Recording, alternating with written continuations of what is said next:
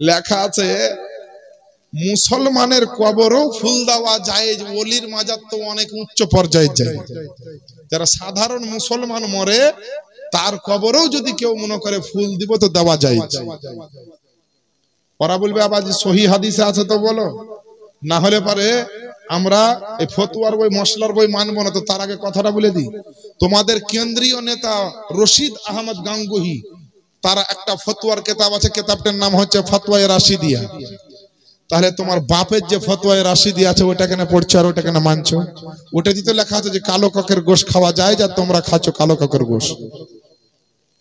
কিছুদিন আগে বাংলাদেশের একবারে খটখটা কুখ্যাত শয়তান লোক, দাজ্জালের বংশধর, হ্যাঁ, আর ফেরাউনের চাচাতো ভাই আব্দুর রাজ্জাক বিন ইউসুফ বলছে যে একটা গরুতে একটা লোককে ডাইরেক্ট কুরবানি দিতে হবে, 5টা 7টা ভাগায় হবে না কুরবানি, বুঝেছিল। আবার ওদের কাছে এই মশলা কেমন দেখেন, বলছে যেইগুলা শরিয়াতে খাওয়া হারাম ওগুলা ওদের কাছে জায়েজ, আর যেইগুলা খাওয়া সুন্নাত মুস্তাহাব মুস্তাহাসান এগুলা ওদের কাছে বেদাত। কেন? কিছুদিন আগে বলেছে যে গরুর যে অন্ডকোষ আছে এটা খাওয়া জায়েজ। আপনি ইউটিউবে খুঁজেন, আচ্ছা কিনা, যদি না থাকে তো জিয়াউল মুস্তাফাকে বলুন। বলছে গরুর অন্ডকোষ খাওয়া জায়েজ, মহিলারা নাপাক অবস্থায় ঋতু অবস্থায় কোরআন শরীফ স্পর্শ করতে পাবে। এরা সব আব্দুর রাজ্জাক কোম্পানির আপনার ফতোয়া। নূরে মুহাম্মদ রাসূল আরবী,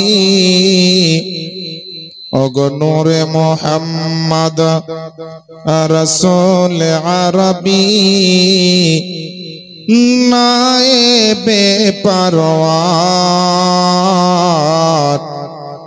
জিবরাইল চুমে যার দরবার, জিবরাইল চুমে যার দরবার। একটু জোরে বলেন না সুবহানাল্লাহ।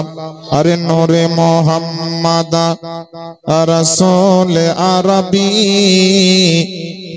নায়েবে পারওয়ার,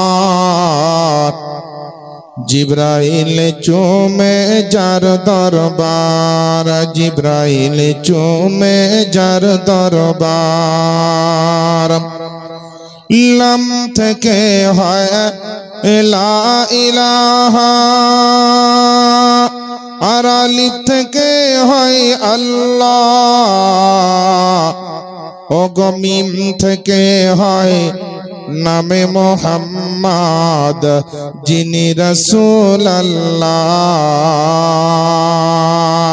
শহীদ আজম ইমাম হুসাইন, শহীদ আজম ইমাম হুসাইন, নওয়াশাতাহার, জিবরাইল চুমে যার দরবার। নূরে মুহাম্মদ রাসূল আরবী, নায়েবে পারওয়ার, জিবরাইল চুমে যার দরবার।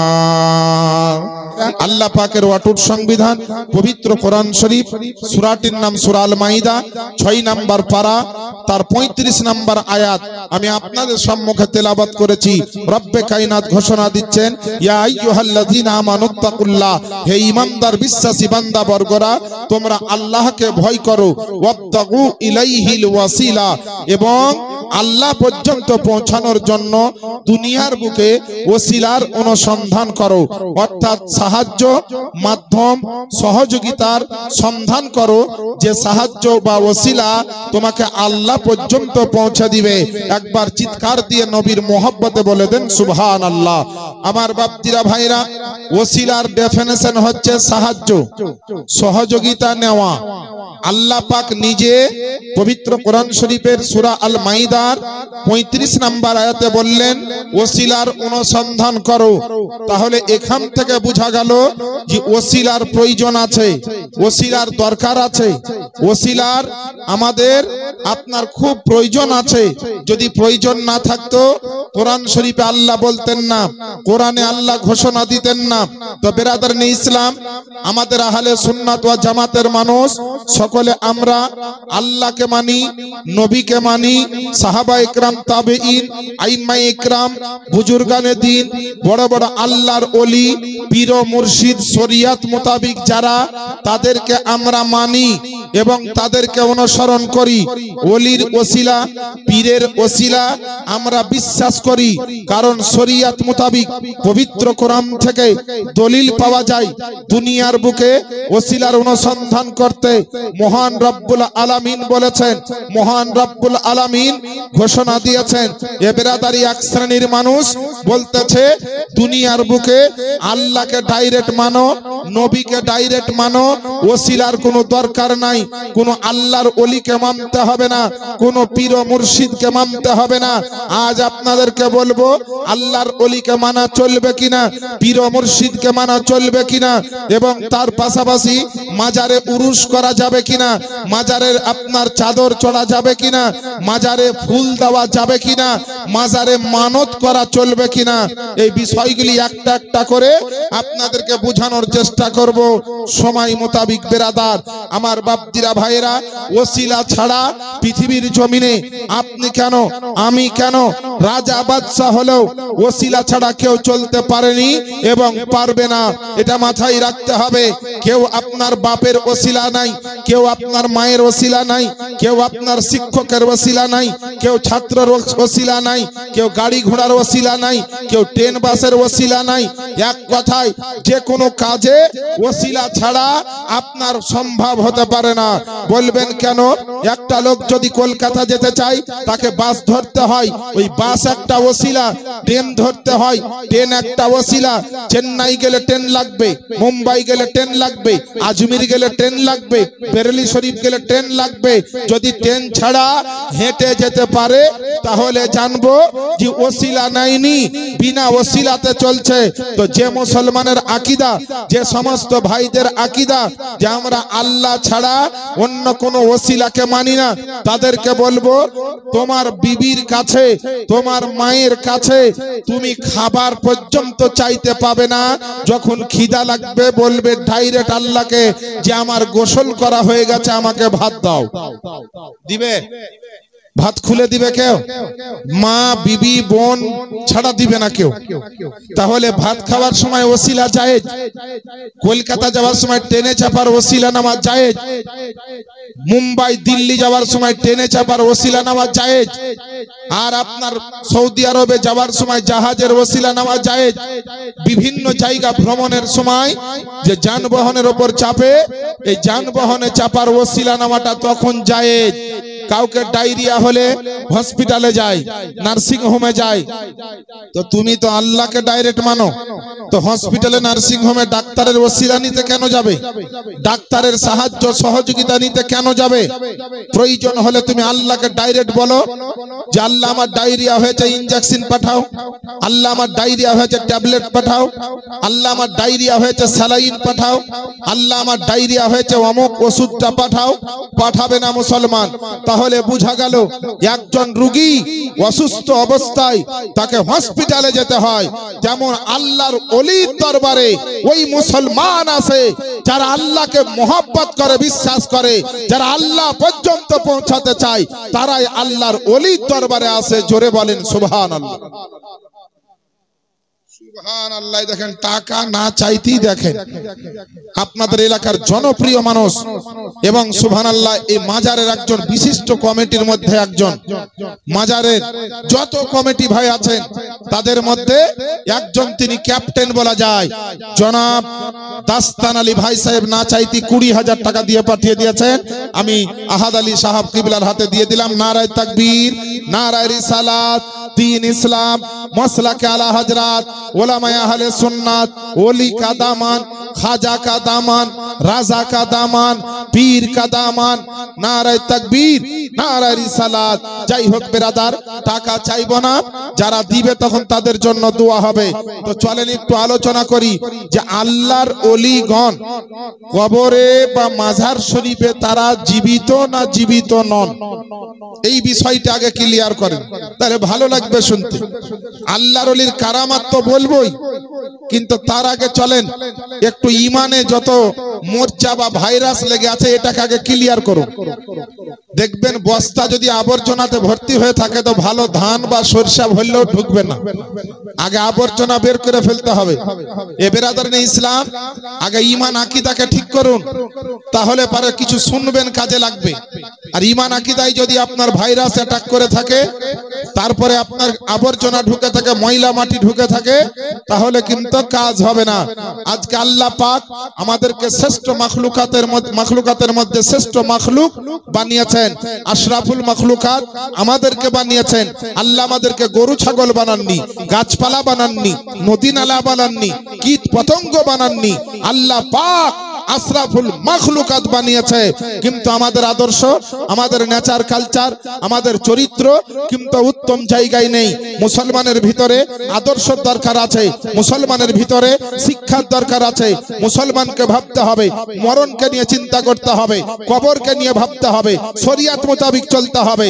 হাসরের ময়দানে কি করে জবাব দিব কর্মের। প্রত্যেকটা মানুষের কাঁধে 4 জন করে ফেরেশতা ডিউটি করছে, রাতের অন্ধকারে, দিনের আলোতে, বাড়িতে, বাজারে, জঙ্গলে, পাহাড়ে, যেখানেই থাকেন না কেন, যত নেকি হচ্ছে ফেরেশতারা লিখতেছে, যত গুনাহ হচ্ছে সেটাও ফেরেশতারা লিখতে আছে আপনার।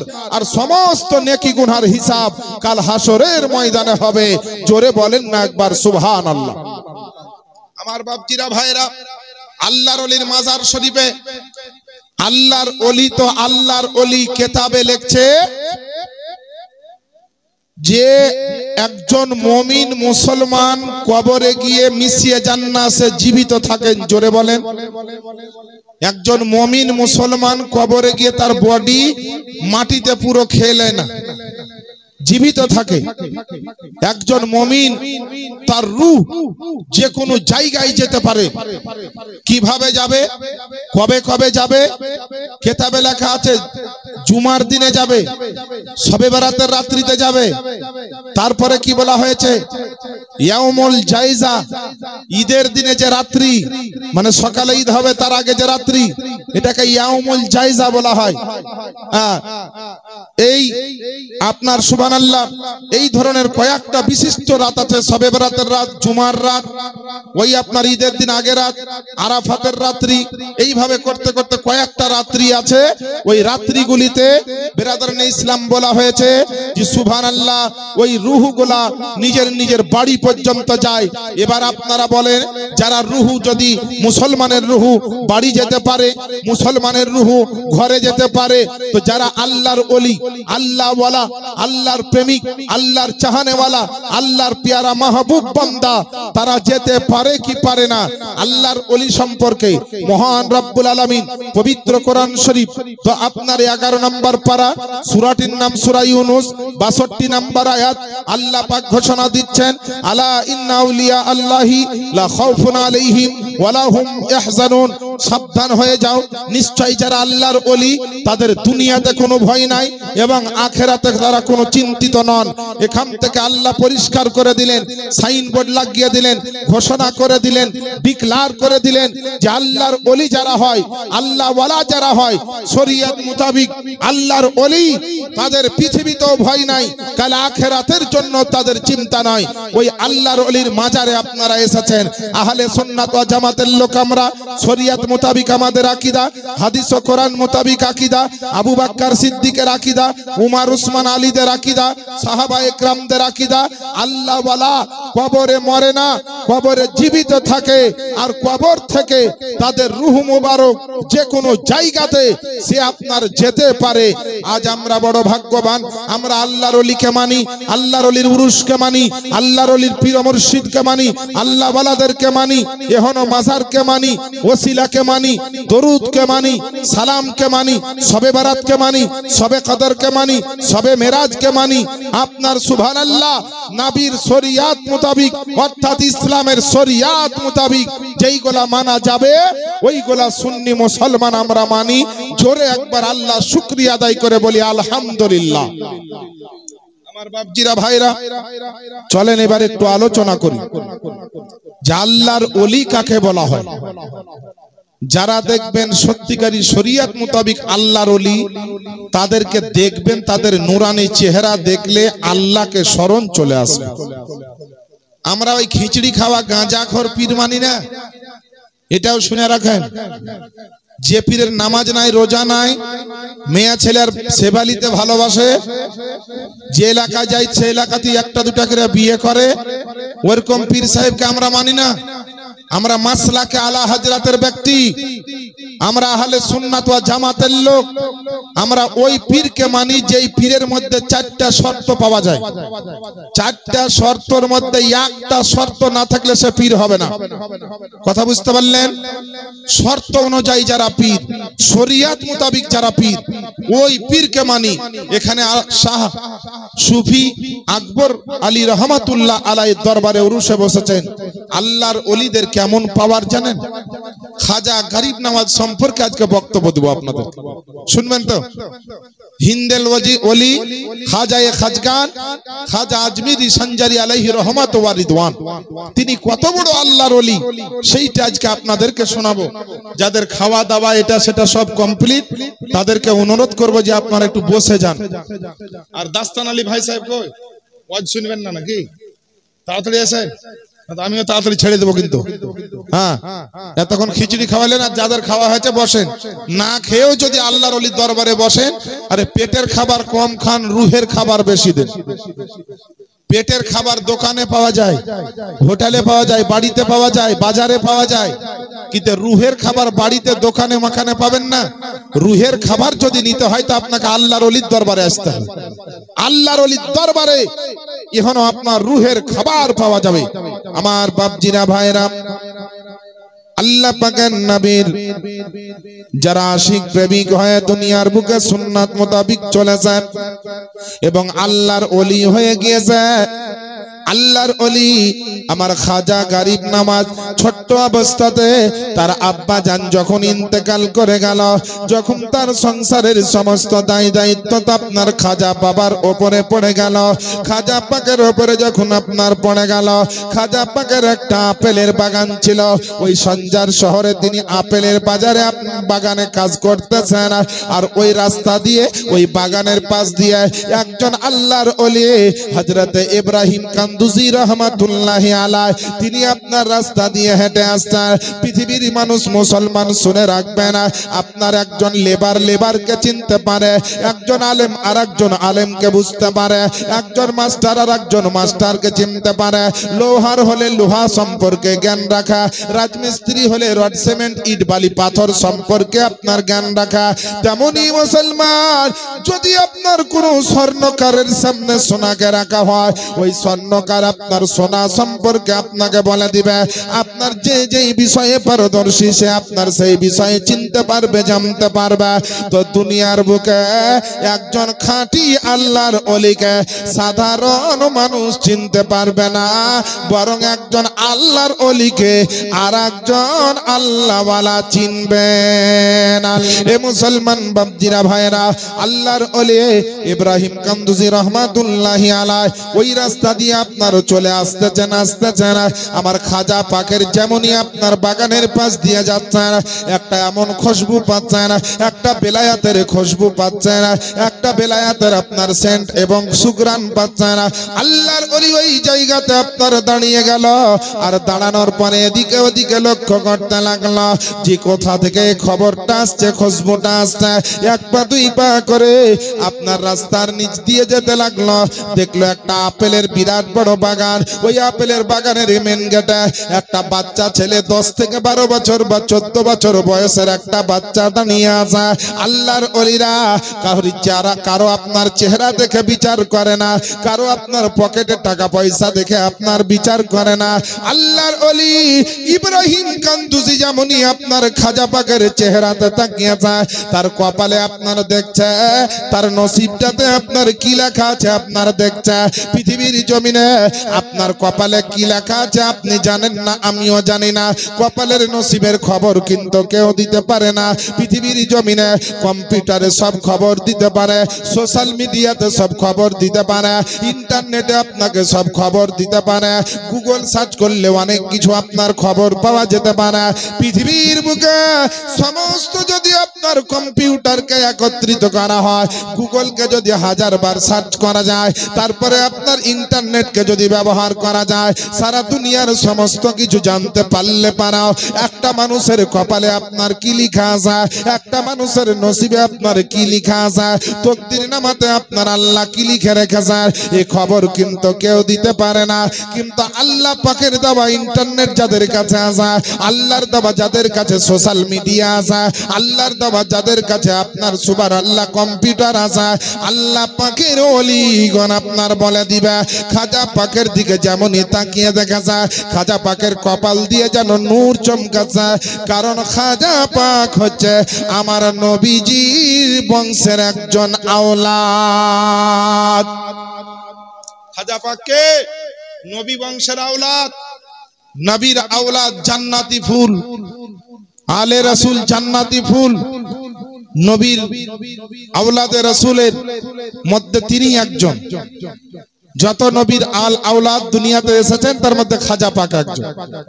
তিনি আপনার দেখলেন এই বাচ্চা তো যেমন তেমন বাচ্চা নয়, এই বাচ্চার কপালে যেইভাবে নূর চমকাচ্ছে, এই নূরের ঝলক যেদিনকে সেই দেশের মধ্যে পড়বে, সেদিনকে সেই দেশের সমস্ত আপনার অন্ধকারকে দূর করে তাদের মানুষের ঘরে ঘরে আপনার আলো যেন পৌঁছা দিবেন।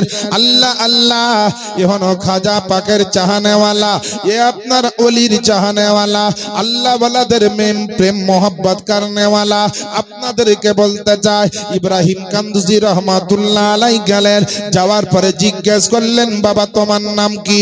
তিনি বললেন বলে হুজুর আমার নাম হচ্ছে মঈনুদ্দিন, বলে আমার বাপের নাম হচ্ছে গিয়াসউদ্দিন।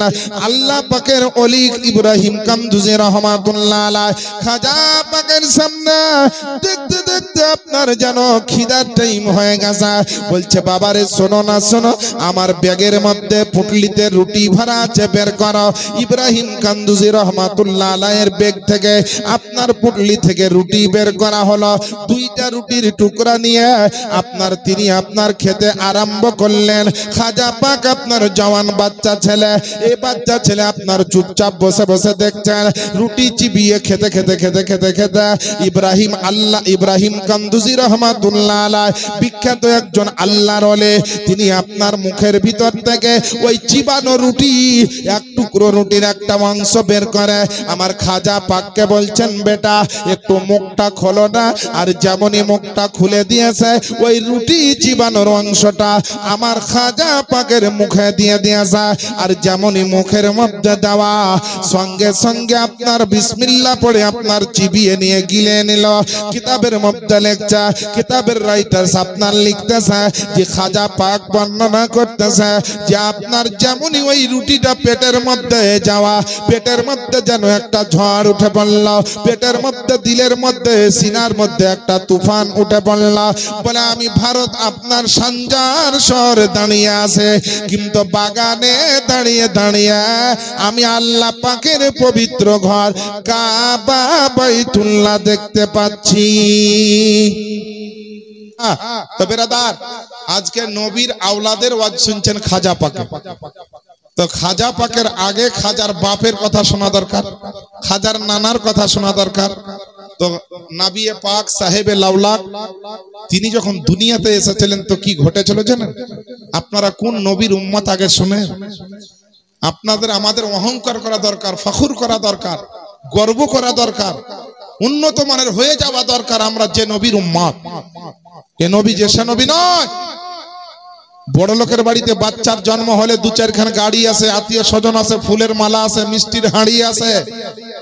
আর আব্দুল্লাহর বাড়িতে আমেনার কোলে যখন নবী আসছেন তখন মিষ্টির হাঁড়ি ফুলের মালা নয়, জান্নাতি ফুলের গন্ধ, জান্নাতি ফুল ছিটা হচ্ছে, জান্নাতের হীরা মণি মুক্তা মা আমেনার বাড়িতে ছিটানো হচ্ছে। গোটা মক্কা নগরে জান্নাতের খুশবু ছিটানো হয়েছে। আর আত্মীয় স্বজন যা এসেছে এসেছে, আল্লাহর রহমতের ফারিস্তা আমেনার ঘরকে গোল করে ঘিরে নিয়েছে। কেন? আমার নবীর জন্য। এর জন্য তো আমার শাইর বলছেন, জি আব্দুল্লাহ রয় বাড়িতে নুরি মেলা গেছে আব্দুল্লাহর ওই বাড়িতে। জোরে বলেন না সুবহানাল্লাহ। ওগো আব্দুল্লাহর ওই বাড়িতে নুরি মেলা লেগেছে আব্দুল্লাহর ওই বাড়িতে। আব্দুল্লাহর ওই বাড়িতে নুরি মেলা লেগেছে।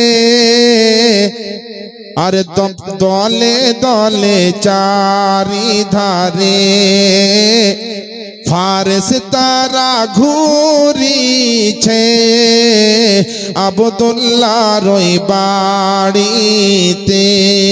জোরে বলেন না সুবহানাল্লাহ। এটা হিন্দুস্তানের জমিন, এটা হিন্দুস্তান, এটা কিন্তু কোনো কবরস্থান নয়।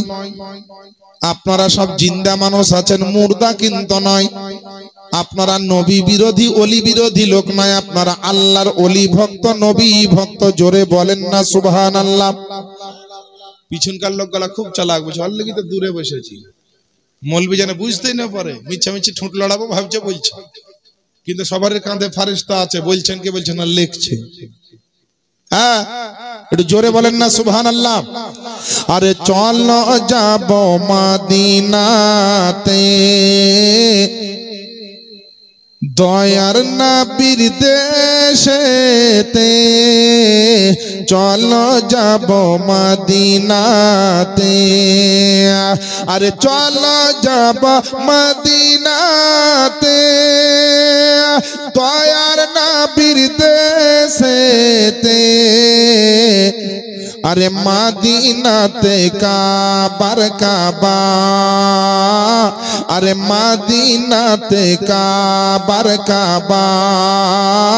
আরে মদের নবী রয়েছে আরে আব্দুল্লাহর ওই বাড়িতে। সুবহানাল্লাহ বলেন। আরে নেকি পাবেন, গুনাহ হবে না। বেরাদার, আমার নবীর বিরুদ্ধে যারা দুশ্মনী করেছে তারাও নবীকে দেখে কলমা পড়েছে। এক সময় উমর ফারুক নবীর বড় দুশ্মন, নবীকে মারার জন্য চলছে। সে কি করলো দেখেন। আরে আব্দুল্লাহ, আরে উমর ইবনে খাত্তাব চলে নবীজিকে মারিব বলে। উমর ইবনে খাত্তাব বিরাদার, আরে উমর ইবনে খাত্তাব চলে নবীজিকে মারিব বলে। আরে দেখে নবীর নূরি চেহারা, আরে দেখে নবীর নূরি চেহারা।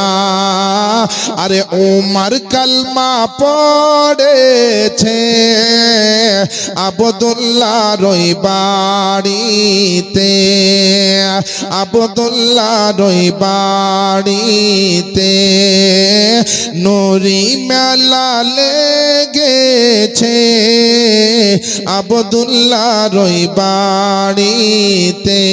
বেরাদার, এমনিতেই দুনিয়ার বুকে আল্লাহর ওলিদের আল্লাহ পাওয়ার দিয়ে দিয়েছে। আল্লাহ যাকে পাওয়ার দিবে, পৃথিবীর মানুষ তার পাওয়ার কমাতে পারে না।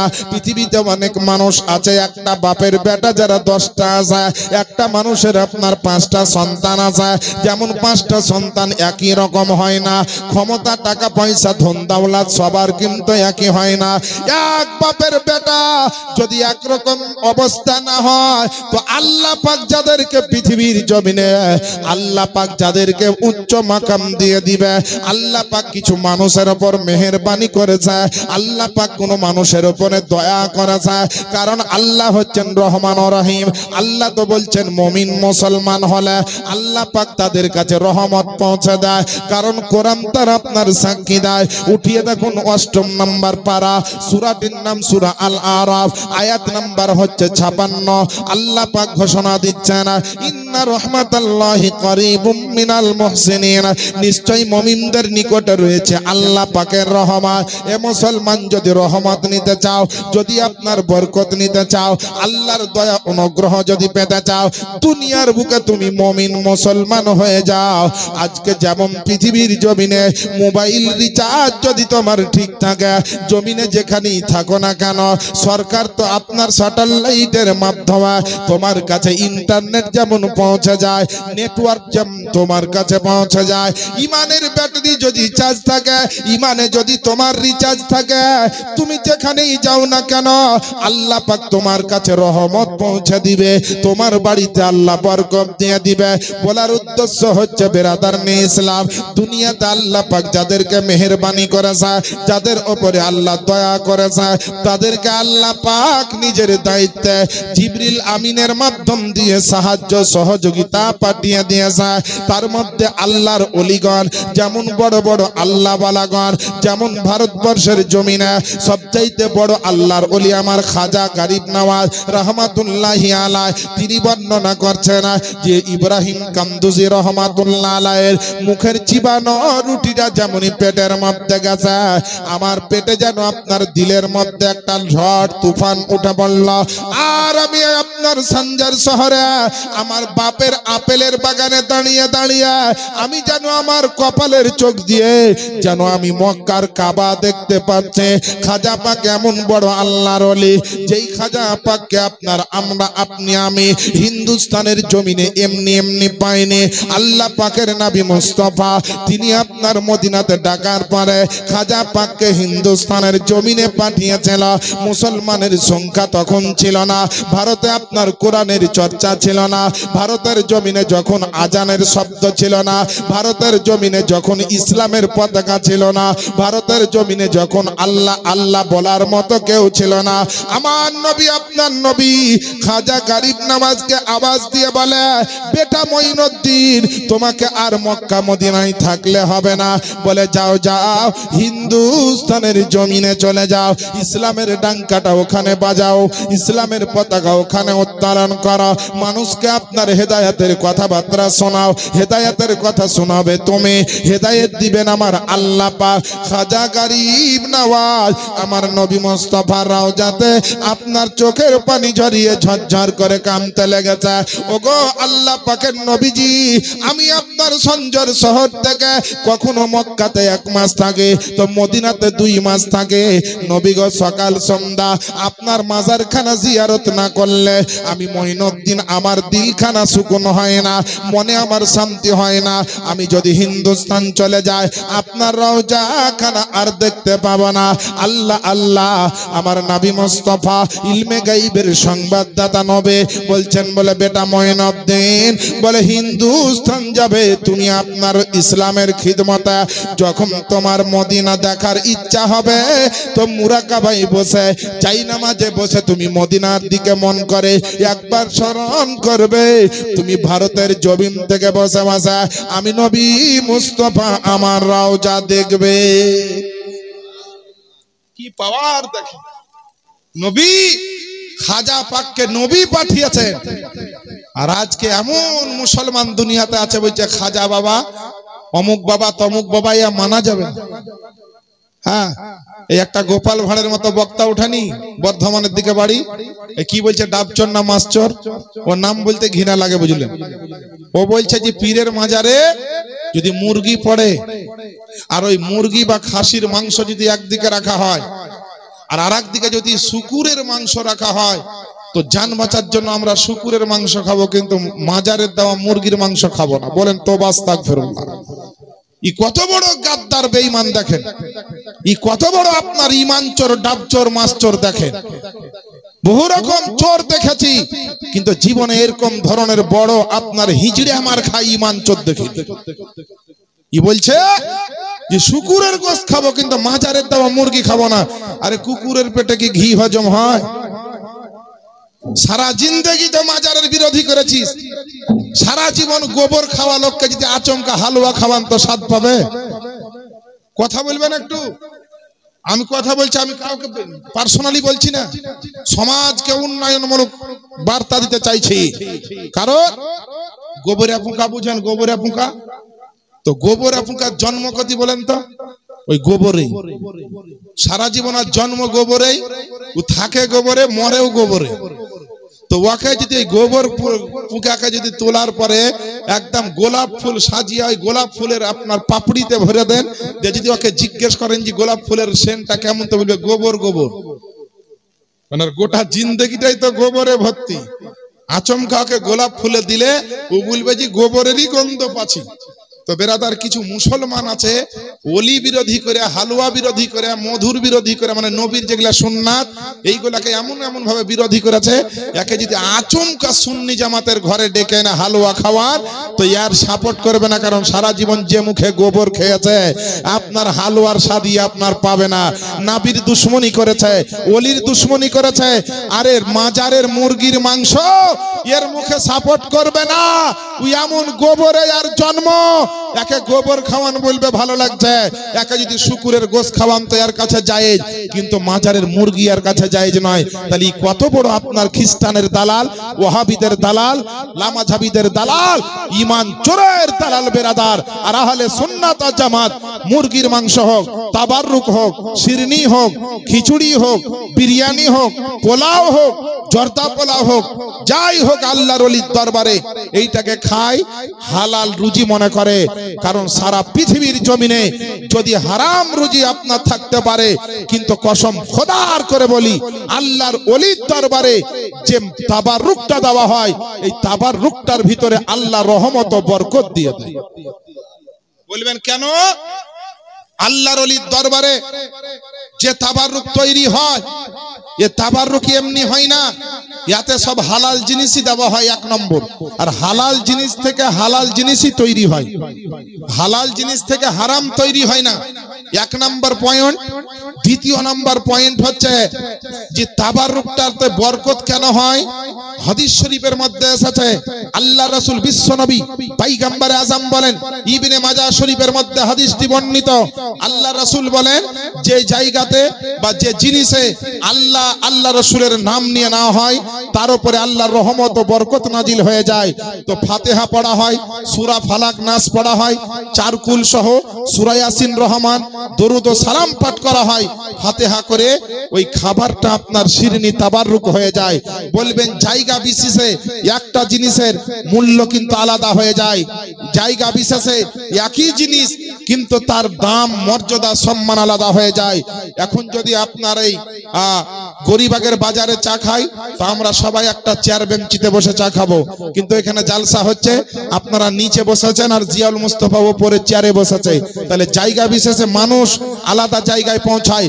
বলবেন কেমন করে? একটা উদাহরণ দিয়ে দিই। আমাদের এলাকায় 5 স্টার একটা ভাটা আছে ইটের, কি বললাম? 5 স্টার ভাটা। তো 5 স্টার ভাটা থেকে ইট তৈরি হচ্ছে, লাখ লাখ ইট তৈরি হচ্ছে, আর লক্ষ লক্ষ ইট গুলা ট্রাক্টরে লরিতে করে বিভিন্ন এলাকায় ডিস্ট্রিবিউশন হচ্ছে, পাঠিয়ে দেওয়া হচ্ছে। তো এই ইট গুলা এক একজন এক একটা কাজের জন্য নিয়ে যাচ্ছে। তো একই কোম্পানির ইট, একই ভাটার ইট, কেউ ঘরের জন্য নিচ্ছে, কেউ ছাদের জন্য নিচ্ছে, কেউ বাউন্ডারির জন্য নিচ্ছে, কেউ পাঁচিরের জন্য নিচ্ছে, কে পায়খানা বাথরুমের জন্য নিচ্ছে, কে কলতলা করার জন্য নিচ্ছে, আর কেউ আপনার মোহাব্বতে ওই 5 স্টার ভাটার এক ট্রাক্টর ইট কোন আল্লাহর জবরদস্ত ওলির মাজারে দান করে দিল। খুব ভালো করে বুঝবেন, ওই ওলির মাজারে ওই যেই ইটটা এসে মাজারের চারিদিকে সুন্দর করে মাজারের কাজে লাগলো, আর ওই ভাটারই একটা ইট পায়খানা বাথরুমে লাগাইছে কেউ। তো কোন মানুষ যখন আল্লাহর ওলির দরবারে আসে, তো মাজারের কোন কোন জায়গায় সালাম দেয়, সম্মান দেয়, বুসা দেয়, দেয় কিনা? জি দেয়। তো এই ভাটার ইটের সঙ্গে ওই ভাটার গল্প হচ্ছে, হারে তুইও যে কোম্পানির মাল, আমিও ওই কোম্পানির মাল, কিন্তু তোরকে মানুষ সম্মান করে, সালাম দেয়, চুমা দেয়, আর আমার উপরে পেচ্ছাপ ফিরে পায়খানা করে, পা দেয়, জুতা পরে উঠে, আমাকে চুমা দেওয়া তো দূরের কথা, আমার এরকম ভাবে অসম্মান করে। বলে কারণটা কি? বলে কারণ হচ্ছে যে তুই যে জায়গাটা দখল করেছিস, তোর কপালে যে জায়গাটা জুটেছে ওটা জায়গার দোষ, ইট ভাটা কোম্পানির দোষ নয়। তো এ বেরাদার, এক ভাটার ইট যদি বাথরুমে লাগার কারণে তার সম্মান না হয়, ওই ভাটারই ইট যদি আল্লাহর ওলির দরবারে লাগে, সে যদি সালাম পায়, তো দুনিয়ার বুকে বলেন যারা আপনার ওলির দুশ্মনী করবে, মাজারের দুশ্মনী করবে, আল্লাহ বলার সঙ্গে দুশ্মনী করবে, তারা হচ্ছে ওই পায়খানা বাথরুমে লাগা ইট। আর যারা ওলির মোহাব্বত করবে, পীর ও মুর্শিদের মোহাব্বত করবে, ওলির তরিকাতে আপনার চলবে, মাজার ও জিয়ারত করবে, চাদর চাপাবে, উরুসকে মোহাব্বত করবে, কসম খোদার করে বলি দুনিয়াতেও সালাম পাবে, মরার পরে কাল আখিরাতের বাজারেও তারা সালাম পাবে। কিতাবের মধ্যে লিখছে কোন আল্লাহর ওলির যদি একজন ব্যক্তি কেউ মোহাব্বত করে নেয়, ওই লোকটা যদি জাহান্নামেও চলে যায়।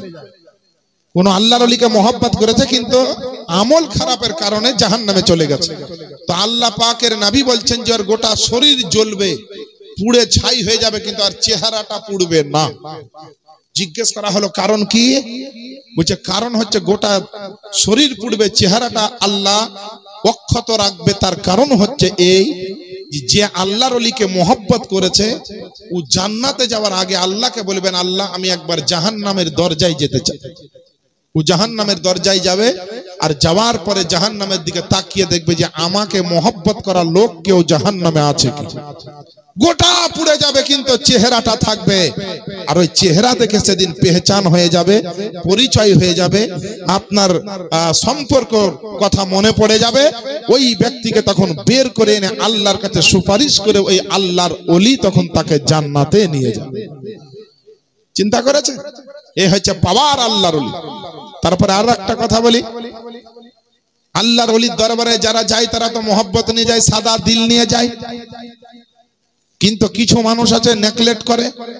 ফরিউদ্দিন গঞ্জে শাকার আলাইহি রহমাত ওয়া রিদওয়ান পাকিস্তানের জমিনে লাহোরে তার মাজার, তিনি আপনার ইন্তেকাল করেছেন। তার এক ভক্ত থামতে পারছে না যে হুজুর আমার চলে গেল, হুজুরকে ছাড়া থাকবো কি করে। সকাল সন্ধ্যা বারবার জিয়ারতে যায় আর আসে আর দোয়া করে আল্লাহর দরবারে। এই করতে করতে একদিন চলে আসছে, আর কয়েকটা দেওবন্দি লোক যারা ওলি বিরোধী, ওলিকে মানে না, ওই সমস্ত লোক ওকে ধরে বলছে, হারে তুই কোথায় যাস প্রতিদিন এখান দিয়ে? না তো আল্লাহর ওলির মাজারে। বলে মাজারে গিয়ে কি পাবি? তখন এই মোহাব্বতে বলে দিয়েছে যে মাজারে গিয়ে পাবো জান্নাতের টিকিট। সুবহানাল্লাহ বলে। মাজারে গিয়ে কি পাওয়া যায়? জান্নাতের টিকিট পাওয়া যায়। আর যারা আল্লাহর ওলি হয়, আল্লাহওয়ালা হয়, এরা কে মুসলমান, কে হিন্দু, কে আদিবাসী, কে সাঁওতাল, কে খ্রিস্টান, কে বৌদ্ধ, কে জৈন, ইয়া দেখে কিন্তু ভালোবাসে না। আল্লাহ ওয়ালাদের পাওয়ার হচ্ছে কিছু রোশনি দেয় যেন সে হেদায়েত পেয়ে যায়, জাহান্নাম থেকে বেঁচে যেন সে জান্নাতে যেতে পারে। এদের কাজ হচ্ছে এটা। তো বেরাদারনি ইসলাম, এ বলছে জান্নাতি, জান্নাতের টিকিট পাওয়া যায় না? তো হ্যাঁ, তাহলে তো তুই প্রতিদিন যাচ্ছিস, তাহলে তো এতক্ষণ তুই জান্নাতের টিকিট পেয়ে গেছিস। আর জান্নাতের টিকিট পেয়েছিস মানে তুই জান্নাতি। বুঝছো? হ্যাঁ, আল্লাহ যদি কবুল করেন তো হতেও পারে। এবারে একে নেগলেক্ট করে ইনসাল্ট করার জন্য, অপমান অপদস্থ করার জন্য 10-15 জন ঘিরে ওই বেচারা আল্লাহর ওলির আশিক ভক্তকে বলছে, হারে তাহলে হাদিস শরীফে আছে যে যারা জান্নাতি হবে তাদের শরীর থেকে জান্নাতের খুশবু পাওয়া যাবে। বুঝছো? হ্যাঁ পাওয়া যাবে। তুই যদি জান্নাতের টিকিট পাস তাহলে তুই জান্নাতি, আর তুই যদি জান্নাতি তাহলে নিশ্চয় তোর গা থেকে জান্নাতের খুশবু পাওয়া যাবে। কই দেখি। ওর গাকে সব শুনতে আরম্ভ করেছে, ওর গাতে সব বডিতে নাক লাগাচ্ছে। ও তখন বড় বিপদে পড়ে গেছে। আল্লাহর ওলির আশিক, যে আল্লাহ গো, এবার তোমার গা শুনবে, যদি খুশবু না পায় জান্নাতের, তাহলে বলবে কই খুশবু তো নাই, তোর মিথ্যা অপবাদ এসব বলে আমাকে অপমান অপদস্থ করবে। তো মনে মনে, আরে তোদের কাছে আছে শয়তানের দেওয়া জ্ঞান, আর আল্লাহর ওলির আশিক যারা হয় তাদের কাছে দেওয়া আছে নবী মুস্তাফার দেওয়া জ্ঞান। সঙ্গে সঙ্গে বলছে, শোনো, হাদিস শরীফে আছে যারা জান্নাতি হবে তাদের শরীর থেকে জান্নাতের খুশবু পাওয়া যাবে, কিন্তু যারা ওলির দুশমন হবে, যারা পীর ও মুর্শিদদের দুশমন হবে, যারা আল্লাহ আল্লাহ রাসূলের দুশমন হবে, তারা হচ্ছে জাহান্নামী।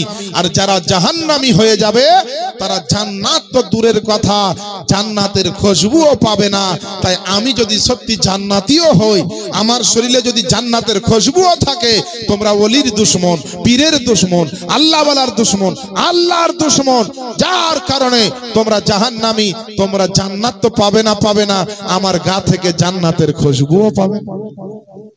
ব্যাপার তো খারাপ।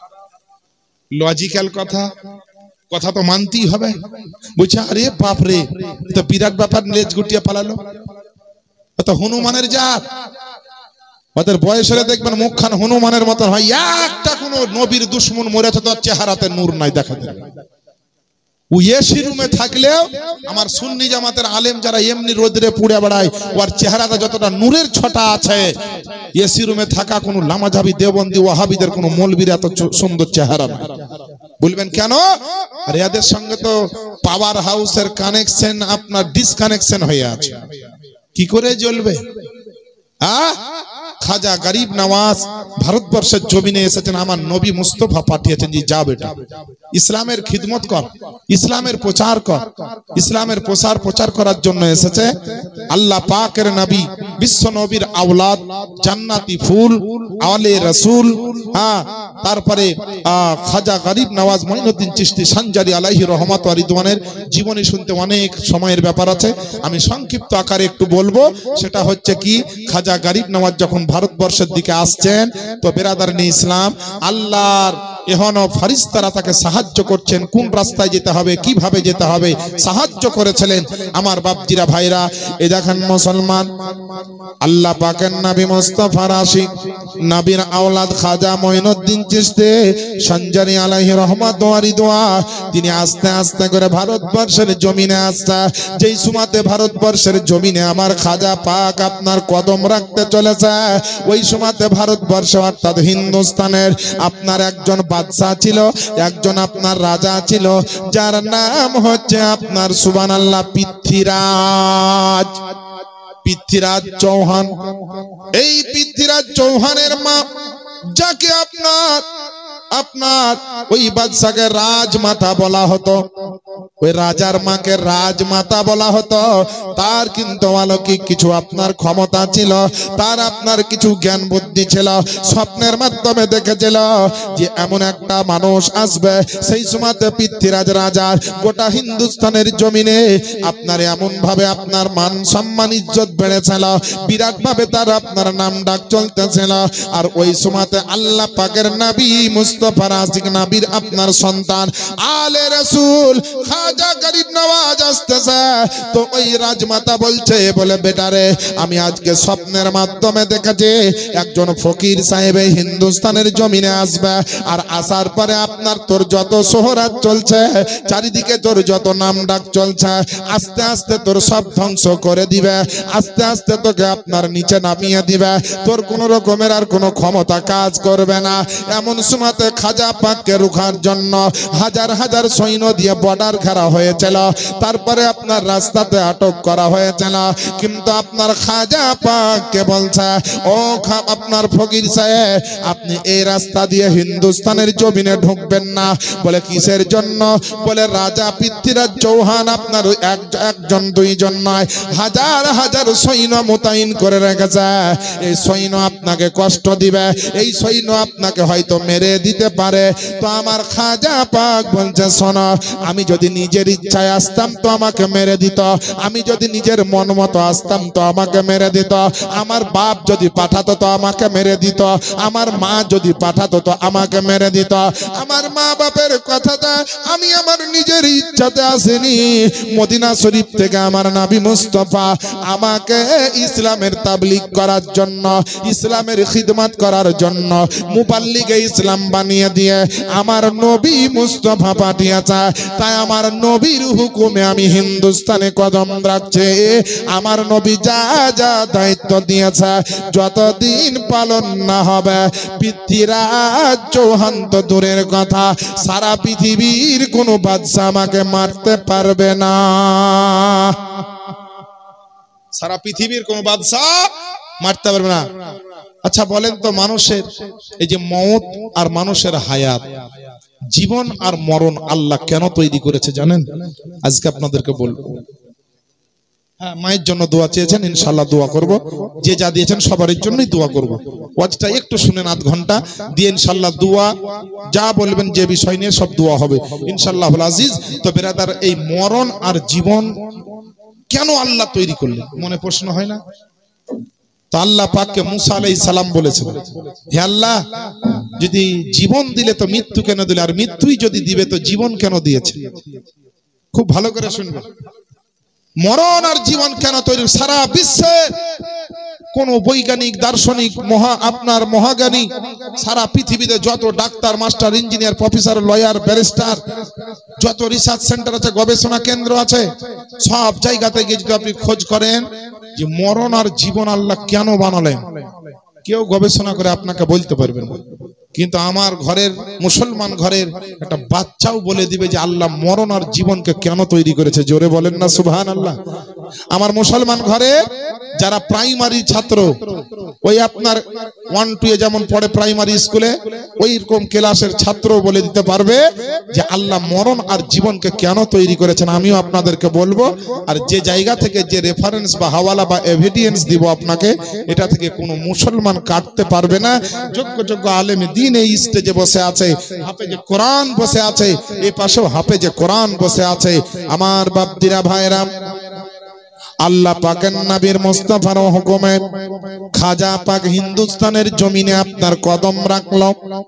কোন জায়গায় পরিচয় নাই, কোন লোক না। পৃথ্বীরাজ চৌহান আপনার খেপার মতো খেপে আছে রে বাপজিরা।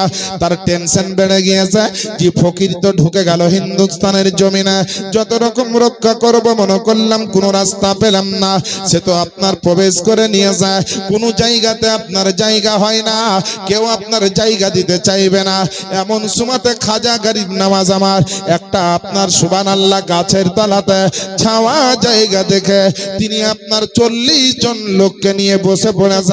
আর চারিদিকে সেনা মোতায়েন করা ছিল, চারিদিকে আপনার পাহারাদারেরা পাহারা দিতেছিল। আসার পরে খবর পেল এইখানে ফকির সাহেব এসেছে। পৃথ্বীরাজ রাজাকে খবর দিল। পৃথ্বীরাজ বলল যে শোনো রে শোনো, ওদেরকে ওখান থেকে তাড়াতাড়ি উঠিয়ে দাও। খাজা পাকের সামনে আসলো, আসার পরে আপনার বলল, খবরদার এখানে বসবেন না, আপনার লোকজন নিয়ে আপনি উঠে পড়েন, চলে যান, কারণ এখানে আমাদের রাজা মহাশয়ের সব উট বাঁধা হবে, এই জায়গাতে সব উট রাখা হবে। আল্লাহ আল্লাহ, আমার খাজা পাক বলছে বলে, বাবা রে, এখানে অনেক বড় জায়গা আছে, এখানে তোমরা রাজার উট বাঁধো, আমরা একটা সাইডে একটু আরাম করে নি। বলছে না না না, এখানে কোন রকম আর বসতে দেওয়া যাবে না, এটা রাজা আমাদের বাদশার হুকুম। বলে তুমি এখান থেকে আপনার চলে যাও। জোর জবরদস্তি আমার খাজা পাককে বলল যে উঠতেই হবে, উঠে যাও। উঠে যাওয়ার ব্যবস্থা করলো।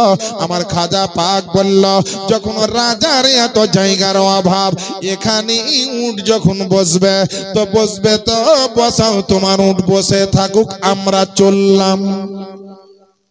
উট যখন বসাবা তো বসাও, আমরা চললাম। এইবার বাবা করলো কি, ওখান থেকে গিয়ে আনা সাগর, বুঝতে পারলেন, এই আনা সাগরের পাহাড়ের দিকে তিনি যেতে লাগলেন। আর এখানে উট কিন্তু বসিয়ে দিয়েছে, না বসালো, খাজাকে তাড়াবার জন্য বদমাইশি করে উট বসাচ্ছে, দেখাইতে তো হবে যে উট বসাচ্ছে, বসিয়ে দিয়েছে। কিছুক্ষণ পর বৈকাল টাইম, এবার উট গুলাকে উঠাচ্ছে, তো উট গুলার একটা উঠছে না। খাজার কারামত শোনেন, খালি কারামত, একটা উট উঠছে না। উটের যারা রক্ষণাবেক্ষণের দায়িত্ব ছিল, তারা কে লাঠি দিয়ে, কে চাবুক দিয়ে মারতে আরম্ভ করলো। উট গড়াগড়ি করছে, কিন্তু উট উঠে না। যেমন একটা বড় আমের গাছ, জামের গাছ, কিছুরির গাছ যেমন শিকড় সহ জমিনে লেগে থাকে, হাতে করে তোলা সম্ভব নয়, তো এইরকম মনে হচ্ছে উটের জড় শিকড় মাটির সঙ্গে লেগে গিয়েছে, কোনো মতে উট আর উঠছে না। রাজাকে খবর দিল, তো রাজা বলছে যে এরকম ব্যাপার না, তো হ্যাঁ। বলে কখন ঘটলো না, তো ফকির সাহেব চলে গেছে, তোর উট বসাবি তো বস, বসা, তোর উঁটি থাক বসুক, আর আমরা চললাম। তো বলছে ব্যাপার তো খারাপ, তাহলে ফকির সাহেব রেগে গেছেন, ওনারই মনে হয় বদদুয়া লেগে গেছে, তাড়াতাড়ি চল। উনি কিন্তু বদদুয়া কিছু করেন, এই বলে দিয়ে বাবা চলে গেছে। বলছে কোথায় গেল, কোন দিকে গেল, খোঁজো। খুঁজতে খুঁজতে আবার ওই আনা সাগরের পাহাড়ের দিকে আপনার সরি তারাগড় পাহাড়ের দিকে আপনার গিয়ে আপনার দেখা গেল আমার খাজা পাক আপনার সুবহানাল্লাহ ওইখানে সাগরিদদেরকে নিয়ে বসে আছে, 40 জন লোককে নিয়ে বসে আছে। এমন সময়তে বেরাদার আজিজানে মহতারাম গিয়ে আপনার ক্ষমা প্রার্থনা করলো, বলে ফকির সাহেব আমাদের ভুল হয়েছে, একটু আপনারা আসেন না, একটু আমাদেরকে ক্ষমা করে দেন না। বলছে কি কেন, কি হয়েছে? না তো উট আর উঠছে না। বলছে কেন, তোমাদের তো উট বসারই জায়গা, তো বসেই থাকুক, অসুবিধা কি আছে? খাজা পাক আবার ক্ষমা করবেন, মাফ করবেন, তারপরে সেই উট আবার উঠবে। এই খাজার কারামতটা দেখে ওই এলাকাতে পৃথ্বীরাজ চৌহানের এলাকাতে একটা নাম করা পূজারক ছিল, নাম করা পূজারক।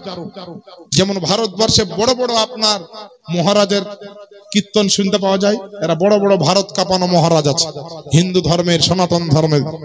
তো ওই সমস্ত কীর্তন করা আপনার মহারাজদেরকে সবাই চিনে, সাধুদেরকে সবাই চিনে, যারা ভারত বিখ্যাত, কেউ গুজরাট বিখ্যাত, কেউ আপনার পাঞ্জাব বিখ্যাত, এরকম একটা আছে বড় বড় নাম করা।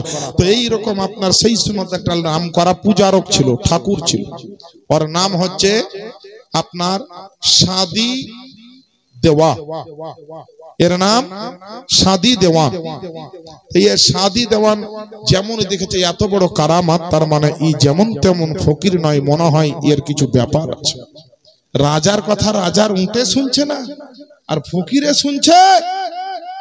দৌড়তে দৌড়তে গিয়ে বললেন, হুজুর আমাদের রাজার উট রাজার কথা শুনছে না, কিন্তু আপনার কথা শুনলো, এটা অবলা জানোয়ার। এই ক্ষমতা আপনাকে কে দিলে? কোন ক্ষমতায় আপনি এরকম কাজ করছেন? তখন খাজা পাক সঙ্গে সঙ্গে আওয়াজ দিয়ে বলে যে পৃথিবীর কোন মানুষ এই শক্তি আমাকে দেয়নি, পৃথিবীর কোন রাজা, পৃথিবীর কোন বাদশা আমাকে এই ক্ষমতা দেয়নি রে বন্ধু। এই ক্ষমতা দিয়েছেন যিনি জমিনের মালিক, যিনি আপনার আসমানের মালিক, যিনি আপনার সারা কুল কায়নাতের মালিক, তিনি হচ্ছেন মহান রব্বুল আলামিন। ওই আল্লাহ পাক আমাদেরকে খবর দিয়েছে। আর আমরা তোমাদের মতো রাজার কাছে কিছু চাই না, তোমাদের মতো কোনো বাদশার কাছে কিছু চাই না। যদি প্রয়োজন হয় তো ওই মালিকের কাছে চাই, যে মালিকের দরবারে কোনো মালের অভাব হয় না। আল্লাহ পাকের পবিত্র কোরআন, এর জন্য তো আল্লাহ পাক ঘোষণা দিয়েছেন সূরা ফাতিহার মধ্যে যে ইয়াকা না'বুদু ওয়া ইয়াকা নাস্তাঈন, এবং আমরা আল্লাহর ইবাদত করে এবং আমরা তোমারই ইবাদত করে এবং তোমার কাছেই সাহায্য প্রার্থনা করে। একবার জোরে জোরে বলেন না সুবহানাল্লাহ। ও মুসলমান আমার বাপজিরা, ভাইরা আমার, মা বোনেরা, আল্লাহ পাকের এখনো বিখ্যাত ওলি খাজা গরিব নওয়াজ এই ধরনের ঘটনাটা আপনার কারামাতটা দেখানোর সঙ্গে সঙ্গে সাদি দেওয়া আপনার সঙ্গে সঙ্গে আমার খাজা পাকের পায়ে পড়ে গেল আর পড়তে লাগলো লা ইলাহা ইল্লাল্লাহ মুহাম্মাদুর রাসূলুল্লাহ সাল্লাল্লাহু তাআলা আলাইহি ওয়াসাল্লাম। আর তার দেখা দেখি আরেকজন আপনার বিখ্যাত পূজারক, যার নাম হচ্ছে রাম দেওয়ান। এই রাম দেওয়ান আর সাদি দেওয়ান দুইজন যখন মুসলমান হয়ে গেল, পৃথ্বীরাজ রাজার আপনার মাথাতে বিরাট বড় টেনশন চেপে গেল যে আমার এলাকার মধ্যে নাম করা দুইজন সাধু, দুইজন আপনার সাধক, দুইজন আপনার পূজারক, দুইজন আপনার এই ধরনের আমাদের মাথা, সে আপনার মুসলমান হতে যখন আরম্ভ করল, এই ফকিরকে দেশের মধ্যে আর রাখা যাবে না, এই ফকিরকে দেশে আপনার আর জায়গা দেওয়া হবে না। চারিদিকে আপনার কড়া নিরাপত্তা পাহারা লাগিয়ে দিল, যেন আপনার খাজা পাক রাস্তায় চলতে ফিরতে যেন তার বিশাল অসুবিধা হয়। এমন সময়তে আপনার যেন নামাজের টাইম হয়ে যায়, তার একজন সাগরিদ, তার আপনার একজন মুরিদ, আল্লাহ পাকের ওলি খাজা বাপ পাকের ওলির মোহাব্বত রাখনে ওয়ালা মুরিদ আপনার ওযু করার জন্য আপনার আনা সাগরে পানির জন্য গিয়ে যায়। আর ওইখানে এত পাহারা লাগিয়ে দেওয়া হয়ে যায় যে ফকিরকে মারবো না, ফকিরকে তাড়াবো না, কিন্তু তার সঙ্গে রণ কৌশলে একটা এমন কাজ করব যেন নিজেই ছেড়ে হিন্দুস্তান থেকে পালিয়ে যায়। এ মুসলমান বাপজিরা, ভাইরা, খাজা পাকের যেমন সাগরিদ আনা সাগরে পানির জন্য গিয়ে যায়, আর আর পানি আনতে যেমনই গিয়েছে সকলে বাধা দিয়ে দিল রাজার সৈন্যরা, এখান থেকে পানি নেওয়া যাবে না, ফকিরের কোনো লোককে সাগরে নামতে দেওয়া যাবে না, ফকিরের কোনো মানুষকে পানিতে হাত দেওয়া পর্যন্ত নিষেধ আছে। ওই সাগরি ধরতে ধরতে আসার পরে আমার খাজা, আপনার খাজা, হিন্দুস্তানের খাজা গরিব নওয়াজকে বলল, হুজুর গো ওযু করব তো আল্লাহ পাকের এখনো দরিয়া সাগরের পানি আছে, কিন্তু পানি আমাদের দিচ্ছে না, পানি বলে আমাদের জন্য নিষেধ করে দিয়েছে। খাজা পাক বিষয়টি অবগত হলেন, অবগত হওয়ার পরে বলে যাও যাও আমার ওই ওযু করা লোটাটা নিয়ে, ওযু করা বদনাটা নিয়ে ওই আনা সাগরের পাশে যাও, আর একবার গিয়ে বলবে যে ও আনা সাগরের পানি, তোমাকে আমার নবীর আওলাদ খাজা গরিব নওয়াজ তোমাকে ডাক দিয়েছে। আল্লাহ হুম্মা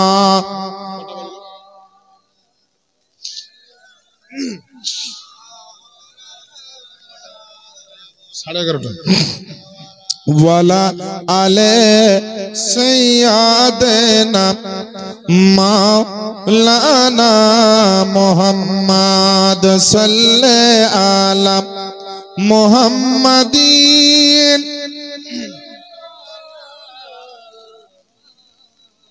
हरदम ज़बान पाक नामे मोहम्मद, हरदम ज़बान शफी आना मोहम्मद सल्लल्लाहु। मुसलमान बापजिरा भाईरा, आमार खाजा गरीब नवाज निजेर प्रचारेर जन्य जमिने आसेनी, भारते आसेनी। आमार खाजा पाक आपनार बाप बेटार परिचय दिते आसेननी, आल्लाहर कुरान नबीर हादीस एबं नबीर सुन्नात आपनार प्रचारेर जन्य इस्लामेर दाওয়াত दिते एसेছেন। ओई नबी जेई नबीर जन्य कत बिरोधिता आपनार करा हयेছে। एक समय आबू जाहेल, उतबा, आबू साइबा, आबू সুফিয়ান আপনার উমাইয়া বিন খাল, তারা দলের দল কাফের, আপনার যেন এরকম কাজ করে যায়, কিন্তু তারা আপনার কোন রকম পারেনি। ওই নবীর নাম প্রচার করতেছে, এক আল্লাহর নাম প্রচার করতেছে আমার খাজা গরিব নওয়াজ। এর জন্য তো মুসলমান আজ মুসলমানের বাড়িতে বাড়িতে, হিন্দুস্তানের কোনাতে কোনাতে আজ আমার নবী মুস্তাফার নাম পৌঁছে গিয়েছে।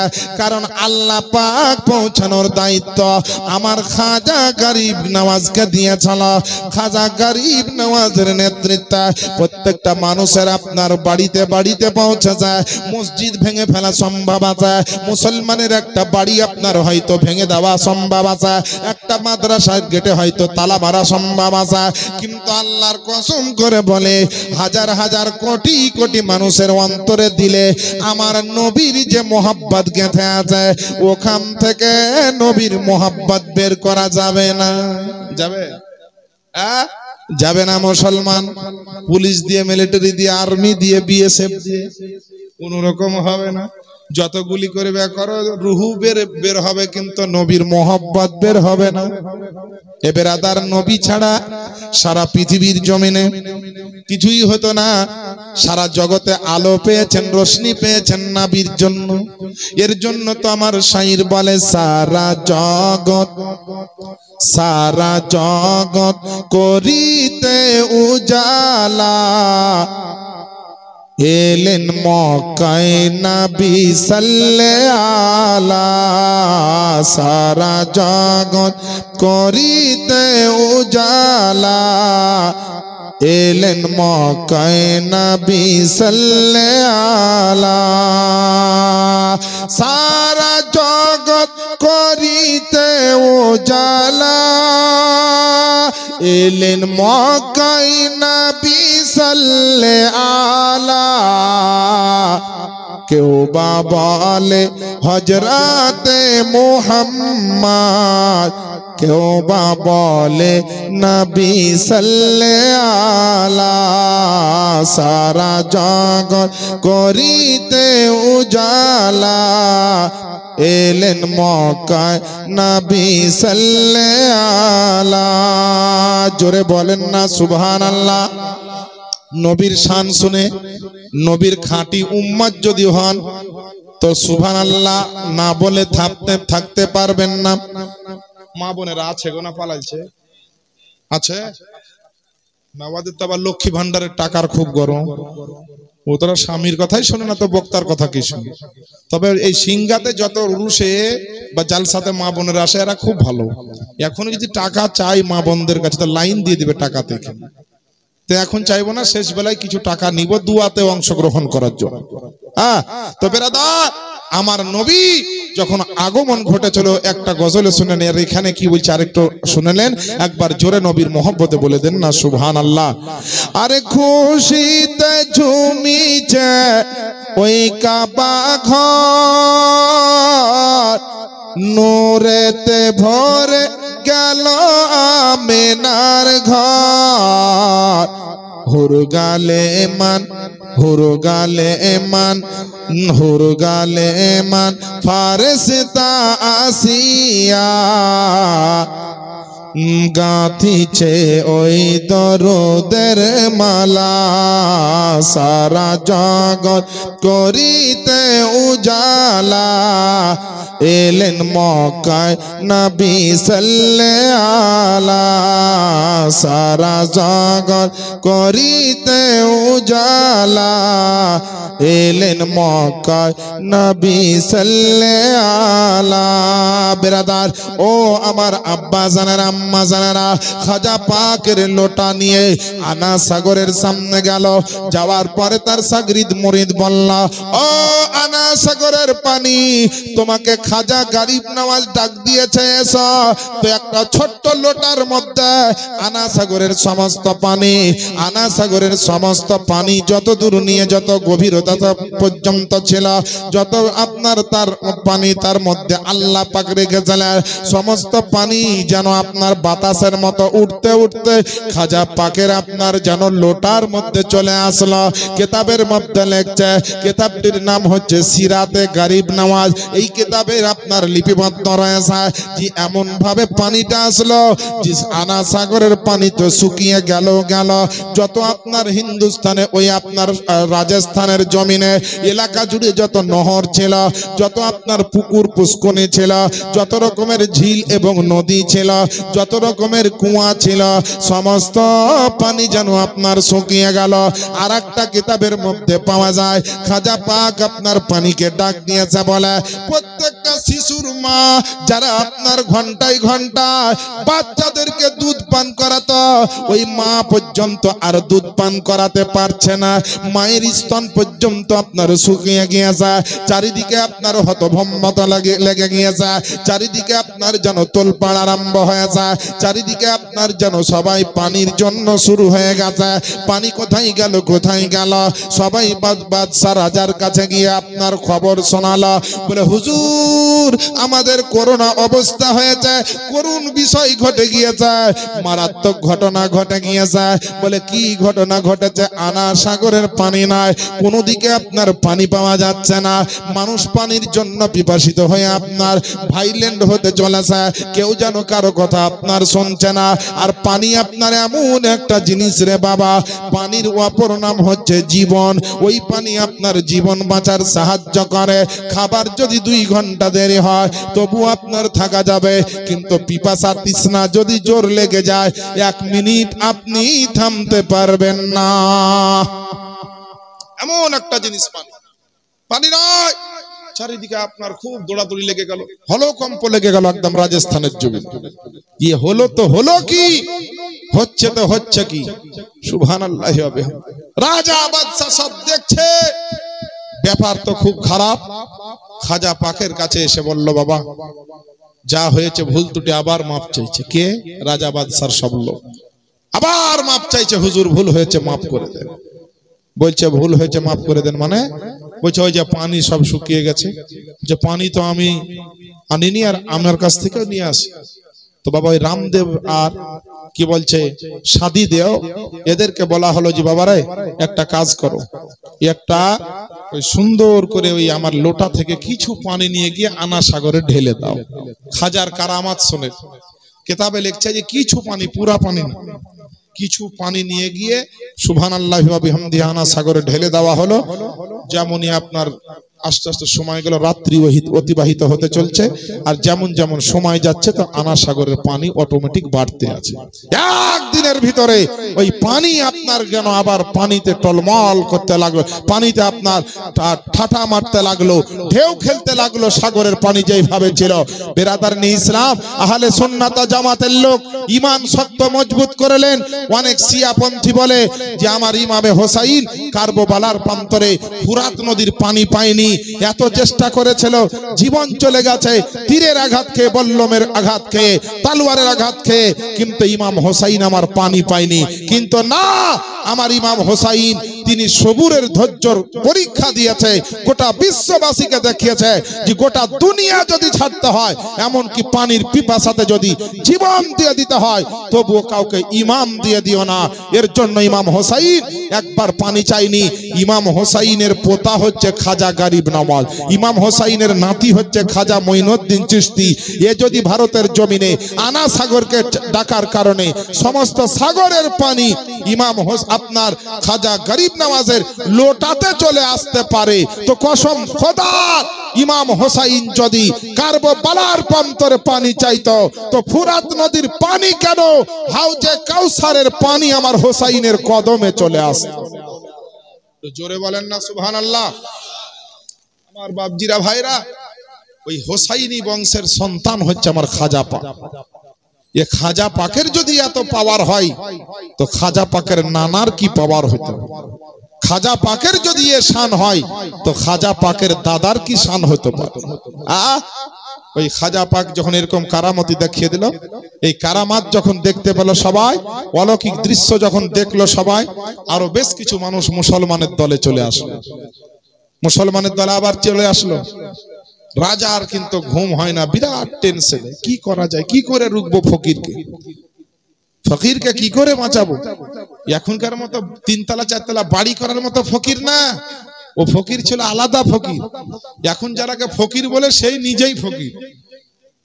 এদিকে পুঁটলি পাটলা বেঁধে আপনার আজিমগঞ্জে নেমে চললো গ্রামে গ্রামে ফকিরি করতে, আর বাড়ি যে ঘর গিয়ে দেখে আসবেন এমন স্ট্যান্ডার্ড ফকির। হ্যাঁ গো, আমার কি বলছে, গ্রামে গেছে একটা ফকির, তো গিয়ে একদম সক্কর বাতি দাঁড়িয়ে গেছে, বাবা কি আছেন কিছু দিয়ে, তো পকেটে হাত ভরলাম বিসমিল্লাহ বলে, তো 5 টাকার একটা কয়েন উঠেছে, 5 টাকায় দিলাম। তো আমরা 5 টাকা লি না, কেন? আমার বাড়ি মেলায় তো আমার ইউনিয়ন থেকে কথা বলা হয়েছে যে 10 টাকার নিচে ভিক্ষাই নিবি না। ফকিরের ইউনিয়ন। হ্যাঁ, মুসলমান লজ্জা করা উচিত, লজ্জা করা উচিত আমাদের। এটা ফকিরের ইউনিয়ন আছে, এটা রিক্সাওয়ালার ইউনিয়ন আছে, এটা ভ্যানওয়ালার ইউনিয়ন আছে, এটা ট্রাকওয়ালার ইউনিয়ন আছে, ভাটাতে যারা ইট কাটে মাটি কাটে তাদের ইউনিয়ন আছে, বড় বড় আপনার কি বলছে শিল্পপতি এলাকায় বড় বড় ফ্যাক্টরিতে কর্মচারীদের ইউনিয়ন আছে।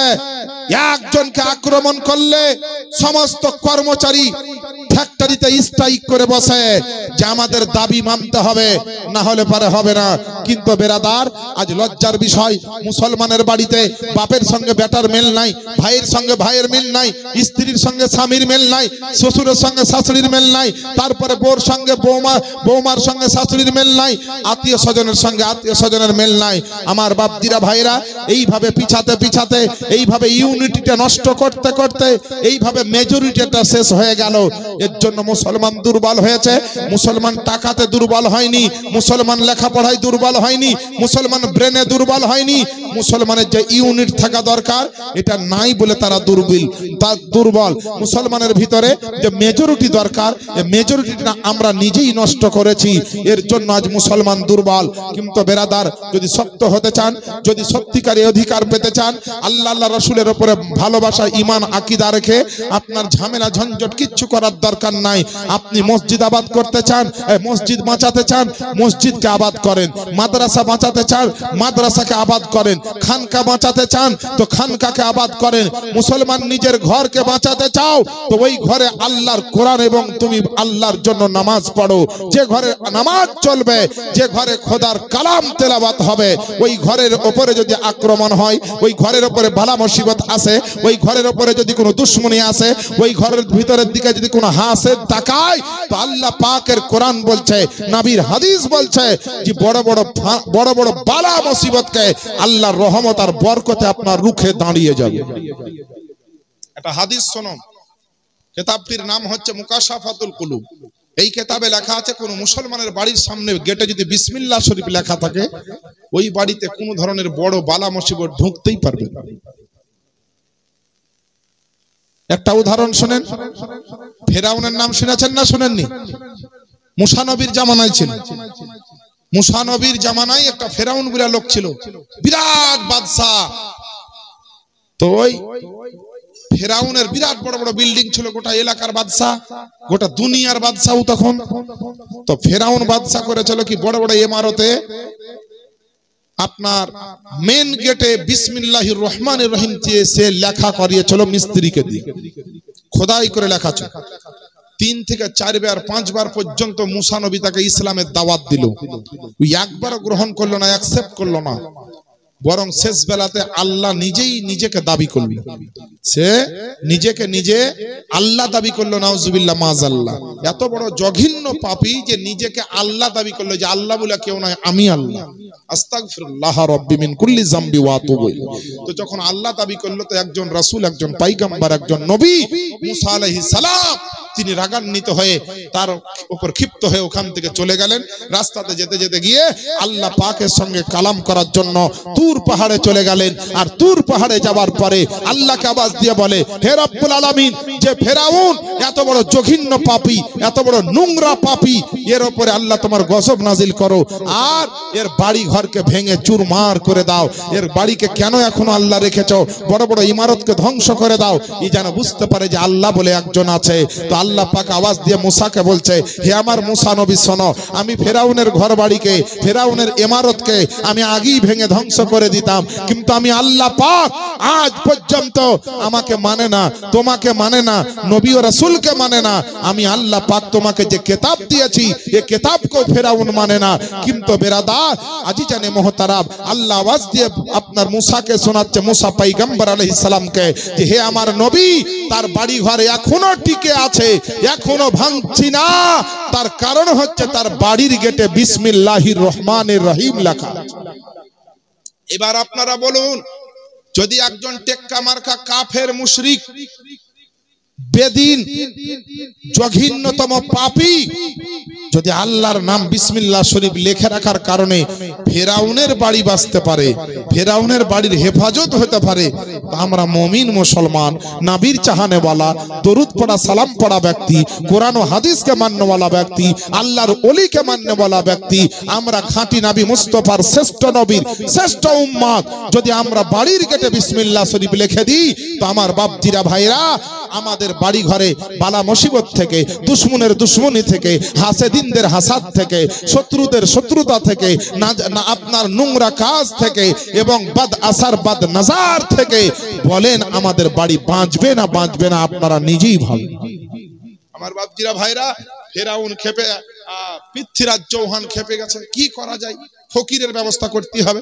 এই আমার টেনশন। এ রাতের ঘুম কেড়ে নিয়েছে, দিনের আরাম কেড়ে নিয়েছে। আর রাজমাতা মানে পৃথ্বীরাজ চৌহান যে রাজা, ওর মা কিন্তু বলছে, বেটা কিছু করিস না, ফকিরের সঙ্গে খবরদার টক্কর মারতে যাস না, আমি সব জানি, এই টক্কর যে মারতে যাবে সে শেষ হয়ে যাবে। তো একজন কাফের মুশরিক মুশরিকা তারা জানতো যে আল্লাহ ওয়ালা ওই ফকিরের সঙ্গে টক্কর মারা যাবে না। আর টুপিওয়ালা, দাড়িওয়ালা, তসবিওয়ালা, পেট মোটা কিছু শয়তান মানুষ বেরিয়েছে, এরা আপনার মানুষকে তো এমনি বলছে আর মনের ভিতরে তো আছে জালসা করতে গিয়ে স্টেজেও বলছে যে আল্লাহর ওলি মানা যাবে। সেদিনকে একটা জায়গায় জালসায় গেছি, তো বলছে হুজুর একটা প্রশ্ন আছে। না তো কি প্রশ্ন? না তো আমাদের হানাফি মাযহাবের ইমামের নামটা কি বলেন তো?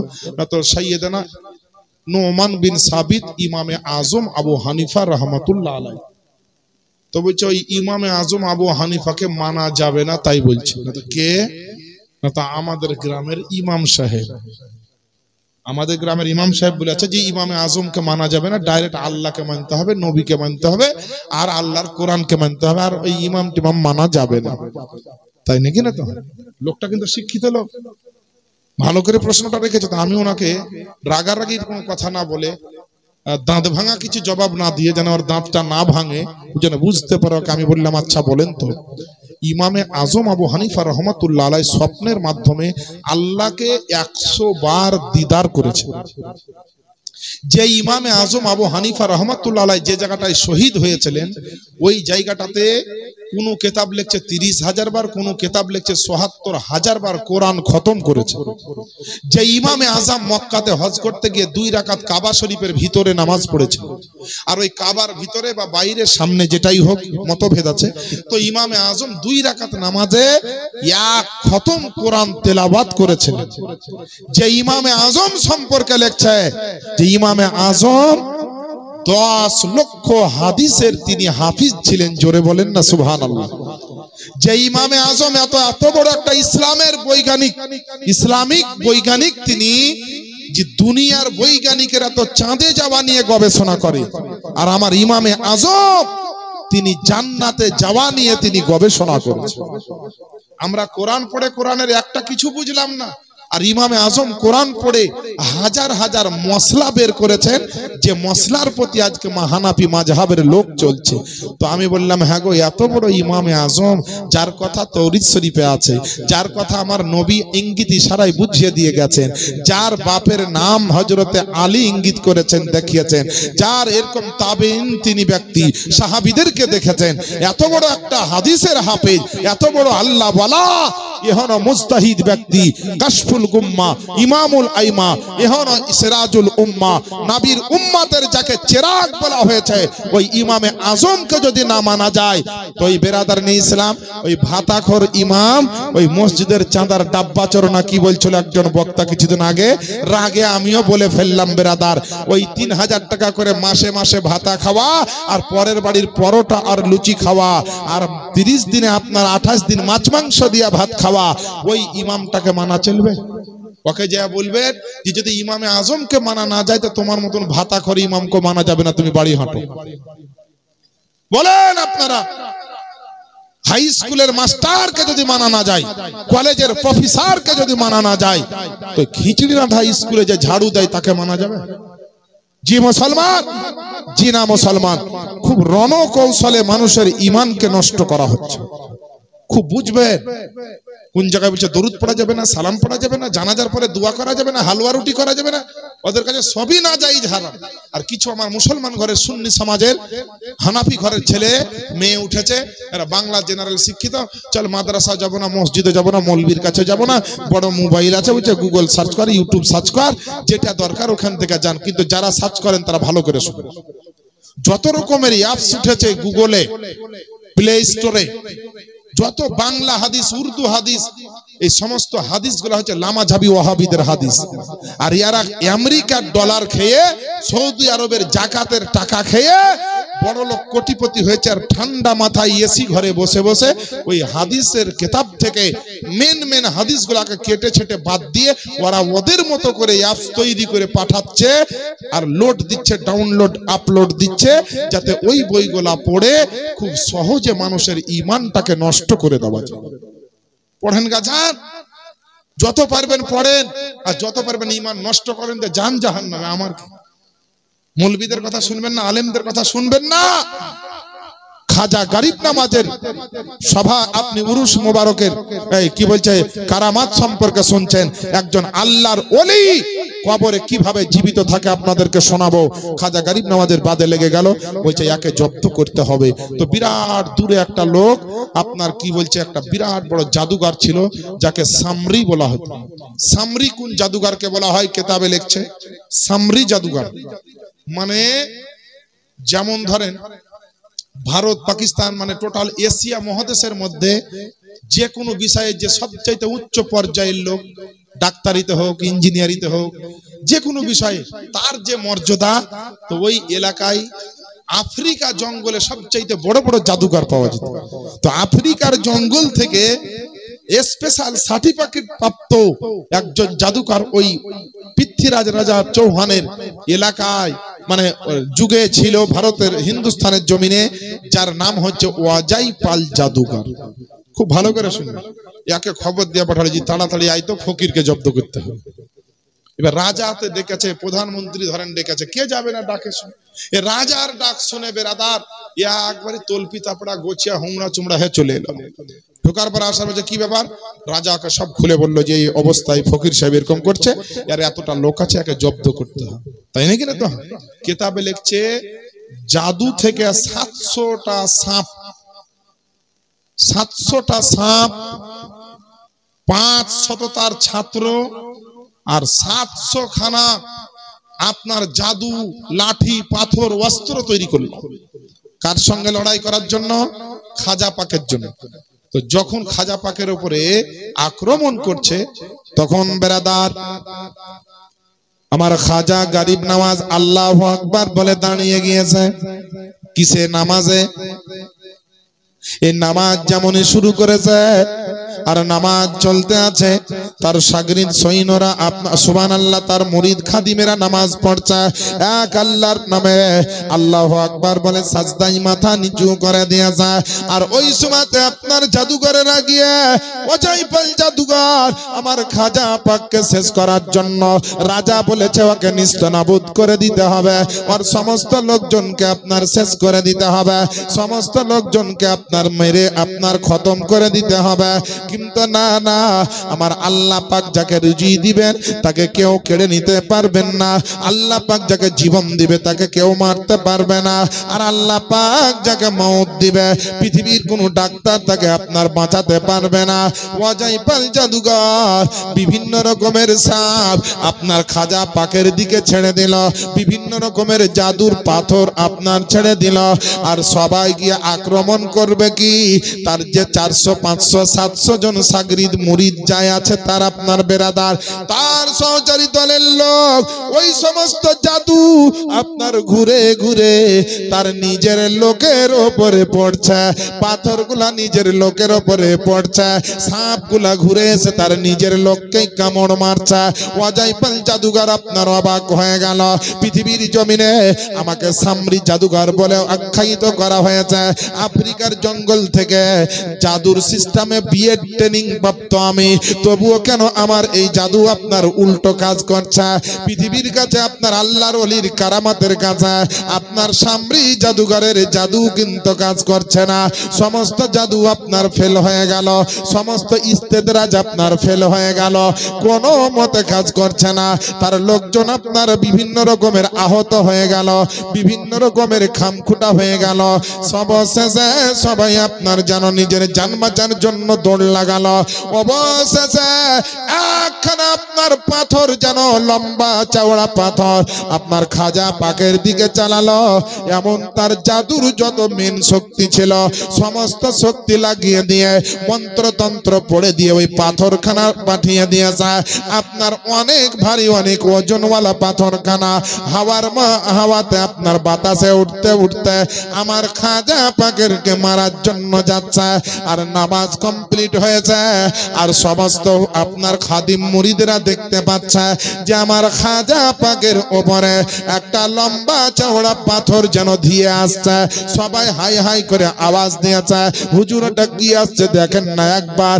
আমার খাজা গরিব নওয়াজ আপনার যেমনই চোখটা উঠিয়ে দা আপনার তাকিয়েছে আর আঙ্গুলের ইশারা করে যেমনই একবার বলেছে দাঁড়িয়ে যা, তো আল্লাহর কসম করে বলে ওই পাথরখানা আর 1 মিনিটও চলেনি, এক আপনার মুহূর্ত একটু আগে বাড়েনি, আপনার 1 ইঞ্চি আগে যায়নি।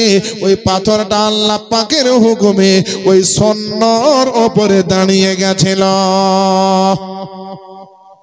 আজমির গেছেন আপনারা? কেউ গেছেন? তো আজমির আপনার যাওয়ার পরে পাথরটা দেখেছেন না দেখেননি? সন্ন্যতা আছে না নাই? এবার অনেকে বলবে যে এটা বুখারী শরীফে দেখা, যারা ওলি মানে না, হ্যাঁ বলবে না যে কোনো জিনিস কিছু হলেই সহি হাদিস, সহি হাদিস, সহি হাদিস আছে তো, সহি হাদিস আছে তো। আর বাপের নাম 14 গোষ্ঠীর নাম সহি হাদিস আছে তাই মনে হচ্ছে ওই এমন করে সহি হাদিস করে চিল্লাবে। হ্যাঁ, তো সহিহ হাদিসে আছে। তাতে এই ঘটনা শোনার পরে যে ইউটিউবে চ্যানেলে যাচ্ছে, কেউ তো বলতে পারে এই খাজা পাকের এত বড় কারামতের এই পাথরের ঘটনা বলে এটা সহিহ হাদিসে আছে। তো বেশ, সহিহ হাদিসে দেখতে হবে না, তুই যা রাজস্থানের জমিনে নিজের চোখে দেখাই। তুই যদি দিন কানা না হয়, তোর চোখে যদি 40 আনা লাগে, তো তুই ওই আপনার রাজস্থানে গেলে তারাগড় পাহাড়ের এক পার্শ্বে এক কিনারায় দেখবে পাহাড়ের উপর থেকে এই পাথর চালিয়েছিল, জাদু পাথর। ওই সৈন্যর উপর আজও দাঁড়িয়ে আছে, কত কুইন্টাল ওজনের পাথর দেখাই যা। আমার বাপজিরা ভাইরা, যখন এরকম পরিস্থিতি হলো, অজয়পাল জাদুঘর যখন পরাস্ত হলো, তখন রাজা বলছে ব্যাপার কি? রাজা খুব ভেবেছিল যে এবার শেষ ফকির, ফকিরও শেষ, ফকিরের দলবল সব শেষ হয়ে যাবে, কিন্তু আল্লাহ বাঁচাচ্ছে। বাদশাহ রাজা সব বললো কি ব্যাপার, তুমি এত বড় জাদুঘর, তোমার কাজ হচ্ছে না কেন? যাওয়ার পরে বলছে দাঁড়ান, শেষ জাদু তো এখনো দেখাই নিতে বলছে, যে দেখাও। দেখাবা তো কখন দেখাবা, দেখাও। গেছে, যাওয়ার পরে বলছে খাজা পাককে বলছে যে আমি তো আপনার এই জাদু করলাম, তো আমার জাদুতে কাজ হলো না, বিভিন্ন রকম ক্ষতিগ্রস্ত হলাম, তো শেষ লড়াই হবে আপনার সঙ্গে, এত হাজার হাজার লোক আছে দেখবে, আপনি আকাশে কত দূর যেতে পারবেন? অজয়পাল জাদুঘর বলছে। তো খাজা পাক বলছেন যে তুমি কত দূর যেতে পারবে? যে অনেক দূর, অনেক দূর। কই যাও তো দেখি। তো অন্তরতন্ত্র করে ফুঁ করে মেরেছে কি, একটা মুরগি তৈরি হয়ে গেছে, মানে উড়ার মতো ডানাওয়ালা মুরগির মতো একটা পাখি তৈরি হয়ে গেছে। তো ওই পাখির ওপরে বসে পড়লো, বসার পরে হুকুম দিল তার জাদুকৃত ওই পাখিকে, তো পাখি অজয়পাল জাদুঘরকে উড়িয়ে নিয়ে আকাশের দিকে যাচ্ছে। যাবার পরে খাজা পাক এখানে মুরাকাবায় বসে আছে, যাই নামাজে, আর উড়ছে আকাশে। তো খাজা পাক আস্তে আস্তে স্বাভাবিক আওয়াজে বলছে অজয়পাল জাদুঘর তুমি কত দূর গেলা? তো লোককে বলতে তো হবে কত দূর গেলা। তখন ওর খাদিম মুরিদ যারা ছিল ওই অজয়পাল জাদুঘরের, তো বহু দূরে চলে গেছে, বহু দূরে গেছে। এই মুরুগ পাখিটা মনে হচ্ছে একটা বাবুই চঠুই পাখির মতো দেখাচ্ছে, এত উপরে উঠে গেছে, তাই না? তো আবার কিছুক্ষণ যাচ্ছে, যেতে যেতে আবার বলছে কত দূর গেছো? খাজা পাক জিজ্ঞেস করছে কত দূর গেলে? তখন আপনার আওয়াজ আসছে যে দেখো কত দূরে গেছি, দুনিয়ার লোক মনে হয় দেখতে পাবে না। তো যারাই তাকাচ্ছে, তো অজয়পাল জাদুঘরকে আর দেখতে পাওয়া যাচ্ছে না। তো দেখতে যখন পাওয়া যাচ্ছে না, তখন খাজা গরিব নওয়াজ আপনার মুচকি মুচকি হাসতে হাসতে তার খড়মের দিকে তাকালো, আর খড়মের দিকে তাকিয়ে বলছে খড়ম তুই যদি খাজা পাকের খড়ম হস্ত, যা ও বেটাকে ধরে নিয়ে। আর যেমন বলা বাবা, হেলিকপ্টার রকেট সব ফেল। খাজা পাকের জুতার কথা বলছি শোনেন, এই জুতা আকাশে উঠতে উঠতে সেকেন্ড মুহূর্তে গিয়ে ওর একবারই কপালে, মাথাতে, গালে পাড়াপাড় কষতে আরম্ভ করলো। খাটাম খাটাম করে আওয়াজ হচ্ছে খড়মে। সবাই এদিকে তাকাচ্ছে, ওদিকে তাকাচ্ছে, বলছি আওয়াজ কোথা থেকে আসছে? কেউ তো জানে না যে খাজা পাকের জুতাতে গিয়ে অজয়পাল জাদুঘরকে ভ্যাকসিন মারছে। বুঝতে পারছেন না? ভাইরাসে ভ্যাকসিন চলছে, এটা কেউ জানে না। ও ভাইরাসকে এমন ভ্যাকসিন দিতে দিতে একদম পিটতে পিটতে পিটতে পিটতে এনে একবারই জুতা সহ একদম খাজার সামনে হাজির করেছে। আর এত মার খেয়েছে বেটা আস্তে আস্তে, যার কোন রকম না থামতে পেরে সব ফেলে দিয়ে একদম খাজা পাকের পা ধরে নিয়েছে, হুজুর ভুল হয়েছে, মাফ করে দেন। তবে হুজুর আমি মুসলমান হয়ে যাব, কিন্তু আমার একটা শর্ত আছে। তো কি? আমি যেমন আকাশে অনেক দূর গেছিলাম, আমি আপনাকে দেখতে চাই যে আপনি কত দূর যেতে পারবেন। কাকে বলছে? আমার খাজা পাককে বলছে। বলে দেখবে না? তখন ঠিক আছে। খাজা পাক বসে আছে, আর বসে থাকা অবস্থাতে আপনার তার রুহুকে নিয়ে, আর এদিকে খাজা পাকের আপনার এত বড় ক্ষমতারে মুসলমান, ওই আপনার অজয়পাল জাদুঘরকে আপনার দেখার ক্ষমতা আল্লাহ পাকের দরবার থেকে তিনি আপনার পাইয়ে দিচ্ছেন যেন দেখতে পায়। এমন সময়তে খাজা পাক আপনার রাজস্থানের জমিনে, আজমির শরীফের জমিনে মুসাল্লা বিছিয়ে আপনার মুরাকাবায় বসে আছে।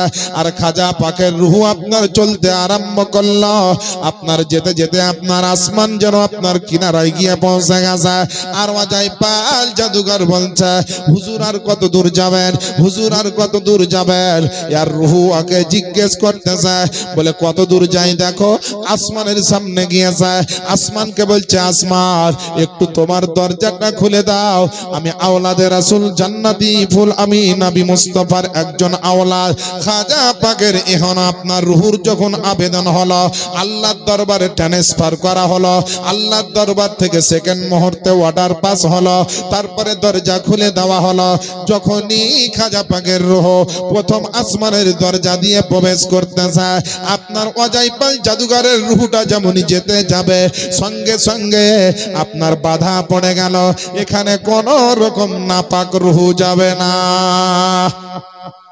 বলে নাপাক রূহ যাবে না। অজাইপাল জাদুঘর বলছে, হুজুর আপনার পিছন পিছন এসেছি, আপনি যদি অনেক দূরে চলে যান তাহলে আজকে আমি কেমন করে আপনাকে দেখব, কত দূর পৌঁছালেন। কিতাবের মধ্যে লিখছে যে বেরাদার প্রথম থেকে দ্বিতীয়, দ্বিতীয় থেকে তৃতীয়, এইভাবে আপনার রুহুটা আপনার যাচ্ছিল। আর আমার খাজা পাকের অনুরোধে আপনার অজাইপাল জাদুঘরের আপনার যেন রুহুটাকে যাওয়ার ক্ষমতা দেওয়া হয়েছিল। যেমন মুসলমান আপনার বেরাদার নেই ইসলাম, আল্লাহ বলার সঙ্গে থাকলে, আল্লাহ বলার সঙ্গে থাকলে আপনার অনেক, আপনার কম দুর্বল জিনিস, আপনার এখনো ছোটখাটো কোনো জিনিস তার পাওয়ার বাড়িয়ে নিতে পারে আল্লাহর ওলির সহবতের কারণে। এইভাবে আপনার যেতে যেতে অনেক দূর দূরান্ত ভ্রমণ করে কোন কিতাবের লেখক লিখতে চায় যে আমার খাজা পাকের রূহ মুবারকটা আমার আল্লাহ পাকের আরশে আজিম পর্যন্ত গিয়েছিল। একবার খাজার মোহাব্বতে বলেন না সুবহানাল্লাহ। ও আমার বাপজিরা ভাইরা, আমার মা বোনেরা, আল্লাহ পাকের নবীর এখনো ওয়ারিস, নবী মুস্তাফার আওলাদ, আপনার আলে রাসূল জান্নাতি ফল আমার খাজা মঈনুদ্দিন চিশতি যখন বেরিয়ে আসলো, আসার পরে পা ধরে বলতে আছে, হুজুর আমি কলমা পড়ব, তবে আমার একটা ছোট্ট মনের আশা আমার একটু পূরণ করে দিবেন গো হুজুর। খাজা পাক আল্লাহ বলা, আল্লাহর ওলির দরবারটা এমন দরবার যেখানে আসবে খালি হাতে, যাবে তো ভর্তি হাতে, আসবে তো আপনার গুনাহগার হয়ে, যাবে তো আপনার নেককার হয়ে, আসবে তো আপনার নাপাক হয়ে, যাবে তো আপনার পাক হয়ে, আসবে তো গরিব হয়ে, যাবে তো আপনার আমির হয়ে, আসবে তো আপনার অনেকে জাহান্নামী হয়ে, কিন্তু যাবে তো আপনার জান্নাতি হয়ে, আসবে তো নবীর দুশ্মন হয়ে, যাবে তো নবীর আশিক হয়ে, আসবে তো আপনার ঈমান হারা হয়ে, আর আমার ওলির ওসিলাতে যাবে সে ঈমানদার হয়ে। আল্লাহর ওলি খাজা গরিব নামাজ বললে বলে কি চাই বলো, তাড়াতাড়ি করো। বলে হুজুর আপনি আমার জন্য একটা দোয়া করে দিবেন। বলে কি দোয়া? জানে পৃথিবীর জমিনে আমার কিয়ামতের আগে যেন আমার মওত না হয়, কিয়ামতের আগে আমার যেন মওত না হয়। এত বড় হায়াতের মালিক কে? আল্লাহ। মওতের মালিক কে? আল্লাহ। সারা জাহানের মালিক তো আল্লাহ, কিন্তু আল্লাহ তার নির্বাচিত বান্দাদের মাধ্যমে অনেক কিছু দুনিয়াতে বিতরণ করেন। কথা ঠিক কিনা বলেন? আপনার বেটার বিয়ে লাগিয়েছেন, 20টা আপনার গ্রামকে দাওয়াত করেছেন, খানার মালিক হচ্ছেন আপনি, কিন্তু আপনি সব লোককে দিয়ে দিয়েছেন এক একটা ডিপার্টমেন্ট। কেউ আলু রান্না করবে, কেউ মাংস রান্না করবে, ডাল রান্না করবে, ভাত রান্না করবে, কেউ পাতা দিবে, কেউ তরকারি দিবে, কেউ ডাল দিবে, কেউ গোশত দিবে। মালিক তো আপনি, কিন্তু খানা বিতরণ করার দায়িত্ব দিয়েছেন 10 লোককে। 10 লোক বিতরণ করে মানুষকে খাওয়াইতে পারবে কি পারবে না বলেন? পারবে। তো 10 লোক যেমন খানা বিতরণ করে খাওয়াবার ক্ষমতা রাখে, পারবে। তো আল্লাহ পাক সমস্ত কুল কায়নাতের মালিক, সৃষ্টিকর্তা, রিজিকদাতা, পালনকর্তা, কিন্তু আল্লাহ নির্বাচিত বান্দার হাত দিয়ে, নবী রাসূলের মাধ্যম দিয়ে, ফেরেশতাদের মাধ্যম দিয়ে পৃথিবীর বুকে অনেক কিছু পাঠিয়েছেন, তার প্রমাণ হাদিস কোরআনে আছে। যেমন আল্লাহ ওয়ালার হাত দিয়ে অনেক আপনার অলৌকিক ক্ষমতা আল্লাহ পাক দিয়েছেন। আল্লাহ আল্লাহর ওলিকে। তো খাজা পাক আল্লাহর দরবারে দোয়া করে দিলেন, আল্লাহ গো এই বান্দাকে সুবহানাল্লাহ তুমি এরকম হায়াত দিয়ে দাও, আর সে যেন গোপন থাকে, পৃথিবীর কোনো মানুষ যেন তাকে দেখতে না পায়, কিন্তু সে জীবিত থাকবে। বলে তোর বিবি দেখতে পাবে না, তোর বাচ্চা কাচ্চা দেখতে পাবে না, আত্মীয় স্বজন কেউ দেখতে পাবে না, কিন্তু তোর একটা ডিউটি আমি লাগিয়ে দিব। আমার ইন্তেকালের পরে যত আমার ভক্ত, যত আমার আশিক প্রেমিকেরা এই আজমিরের দরবারে আসবে, যদি রাস্তা চিনতে না পারে, গলি যদি চিনতে না পারে, তোর ডিউটি হচ্ছে তাকে রাস্তা চিনিয়ে দেওয়া। আছে না না আজমিরে? দেখেছেন জি বেরাদার, খাজা পাক তাকে মুসলমান করলেন, কলমা পড়ালেন তওবা করিয়ে। আর কলমা পড়ার পরে বললে তোর নাম আর কি বলছে ওয়াজাই পাল থাকবে না, হুজুর একটা নাম দিতে হবে। কি নাম? কিতাবে লিখছে তার নাম দেওয়া হলো আব্দুল্লাহ। আমার নবী বলেন আল্লাহর দরবারে দুটো নাম খুব পছন্দ, বুখারী শরীফের হাদিস। এক হচ্ছে আব্দুর রহমান, আর দ্বিতীয় হচ্ছে আব্দুল্লাহ। আব্দুল্লাহ নাম রাখা হলো। আজ পর্যন্ত বেরাদার ওই আজমির শরীফে গিয়ে যদি কেউ হারিয়ে যায়, রাস্তা যদি চিনতে না পারে, একটা লোক আসবে, আসার পরে আপনাকে দেখিয়ে দিবে এই দিকে না ভাই এই দিকে যাও, বা আপনি যদি লোক খুঁজেন কাকে জিজ্ঞেস করব, ওই জায়গাতে ওই ব্যক্তি পৌঁছে যায়। আপনার জাহিরি জীবনে দেখা দিলেও বেশিরভাগ আপনার গোপন ভাবে সে বেঁচে আসে। কিতাবের মধ্যে লিখছে যে আল্লাহর ওলির কারামতের কারণে আল্লাহ পাক তাকে আপনার জিন্দা রেখেছে। কারণ আব্দুল্লাহকে জিন্দা রাখা মানে আমার খাজা পাকের কারামতকে জিন্দা রাখা। বুঝলেন? যদি আপনার বলতে আরম্ভ করি এই আল্লাহর ওলির শানে এত দলিল আছে, যারা ওলি মানে না তাদেরকে মাটি লাগবে না, এই দলিল দিয়ে কবর দিয়ে দেওয়া হবে। এত দলিল আছে। বইটা আছে দেন তো হুজুর, ওই বড় বইটা দেন। হ্যাঁ বড় বইটা দেন। মনে যখন পড়ে গেছে, এটা ফতোয়া রাজাবিয়া লেখা আছে, মুসলমানের কবরও ফুল দেওয়া জায়েজ, ওলির মাজার তো অনেক উচ্চ পর্যায়ে যায়। যারা সাধারণ মুসলমান মরে তার কবরেও যদি কেউ মনে করে ফুল দিব তো দেওয়া জায়েজ। ওরা বলবে আবার যে সহি হাদিসে আছে তো বলো, না হলে পারে আমরা এই ফতোয়ার বই মশলার বই মানবো না। তো তার আগে কথাটা বলে দিই, তোমাদের কেন্দ্রীয় নেতা রশিদ আহমদ গাঙ্গুহি তার একটা ফতোয়ার কিতাব আছে, কিতাবটার নাম হচ্ছে ফতোয়ায়ে রাশিদিয়া। তাহলে তোমার বাপের যে ফতোয়ায়ে রাশিদিয়া আছে ওটা কেন পড়ছো আর ওটা কেন মানছো? ওটা দিতে লেখা আছে যে কালো কাকের গোশ খাওয়া যায়, যা তোমরা খাচ্ছ কালো কাকের গোশ। কিছুদিন আগে বাংলাদেশের একবারে খটখটা কুখ্যাত শয়তান লোক, দাজ্জালের বংশধর, হ্যাঁ, আর ফেরাউনের চাচাতো ভাই আব্দুর রাজ্জাক বিন ইউসুফ বলছে যে একটা গরুতে একটা লোককে ডাইরেক্ট কুরবানি দিতে হবে, 5টা 7টা ভাগায় হবে না কুরবানি বলেছিল।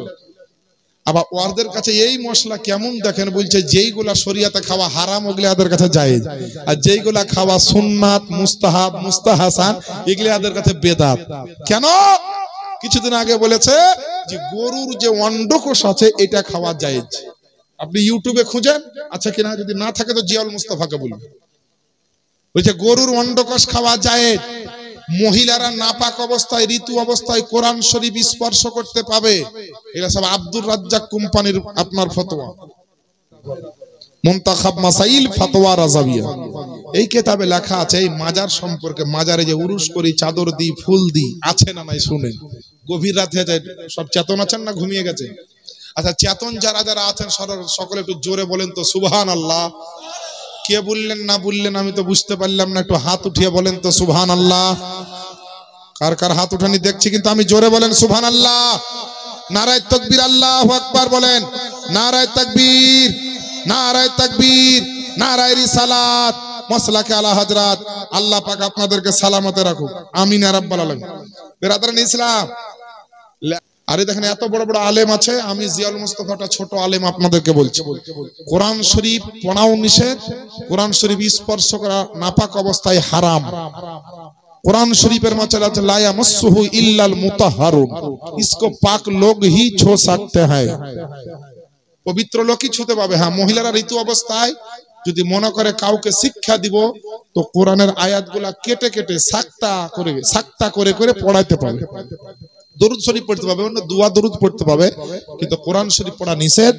আর যদি খুব এমার্জেন্সি কেউ হয়তো বললো এটা বলে দাও, পড়ছে আমি বুঝতে পারছি না, তো কোনো মহিলা যদি নাপাক থাকে ওই অবস্থায় তো সাক্তা করে করে মানে কেটে কেটে ইন্নাল্লাযীনা এই যে একটা একটা করে কেটে কেটে এইভাবে কেটে কেটে পড়াইতে পারবে, কিন্তু স্পর্শ করতে পাবে না।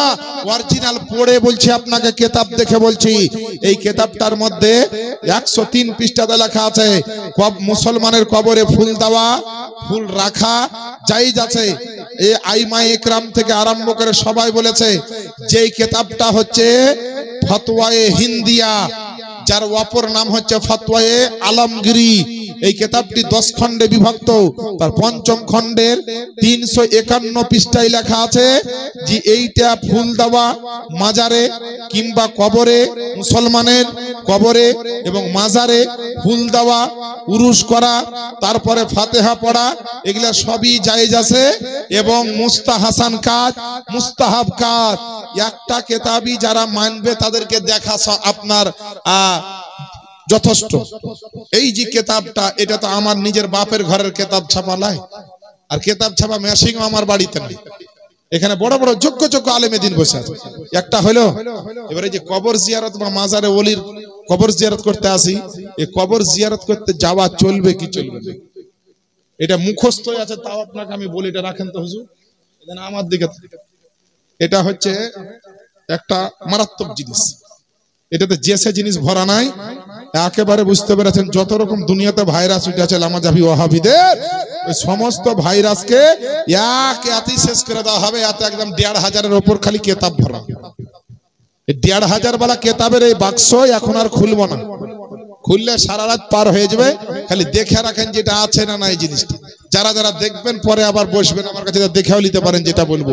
তবে হাদিসটা এর ভিতরে আছে, মিশকাত শরীফ প্রথম খণ্ড 121 পৃষ্ঠা। হাদিসের রাবি হযরত আবু দারদা রাদিয়াল্লাহু তাআলা আনহু, তিনি বর্ণনা করছেন নবী পাক সাহেবে লাউলাক বলেছেন, কি বলেছেন, ইন্নাল্লাহ হারামা আলাল আরদি আন তাআকুলা আজসাদাল আম্বিয়া ফানাবিয়ুল্লাহ হাইয়ুন হাত্তা ইরজাক। আল্লাহ রাসূল বলেছেন, আল্লাহ রাসূলের সাহাবী বর্ণনা করছেন যে নবী পাক সাহেবে লাউলাক তিনি বর্ণনা করছেন, নিশ্চয়ই জমিনের জন্য আম্বিয়া ইকরামের সমস্ত নবী রাসূলদের শরীরকে খাওয়া থেকে আল্লাহ হারাম করে দিয়েছেন। জোরে বলেন না সুবহানাল্লাহ। এবং তারা কবরে জীবিত, আর কবরে তারা রুজিক পায়, মানে খাবার পায়, আল্লাহর দেওয়া খাবার, আল্লাহর তরফ থেকে তারা খাবার পায়। এ বেরাদারানে ইসলাম, এবারে আরেকটা আপনাকে হাদিস শুনিয়ে দিই। মেরাজের রাত্রিতে আমার নবী যাচ্ছেন, হঠাৎ করে দাঁড়িয়ে গেলেন। জিবরিল আমিন জিজ্ঞেস করলেন, ইয়া রাসূলুল্লাহ কি হলো? না তো এখানে একটা কবর দেখছি।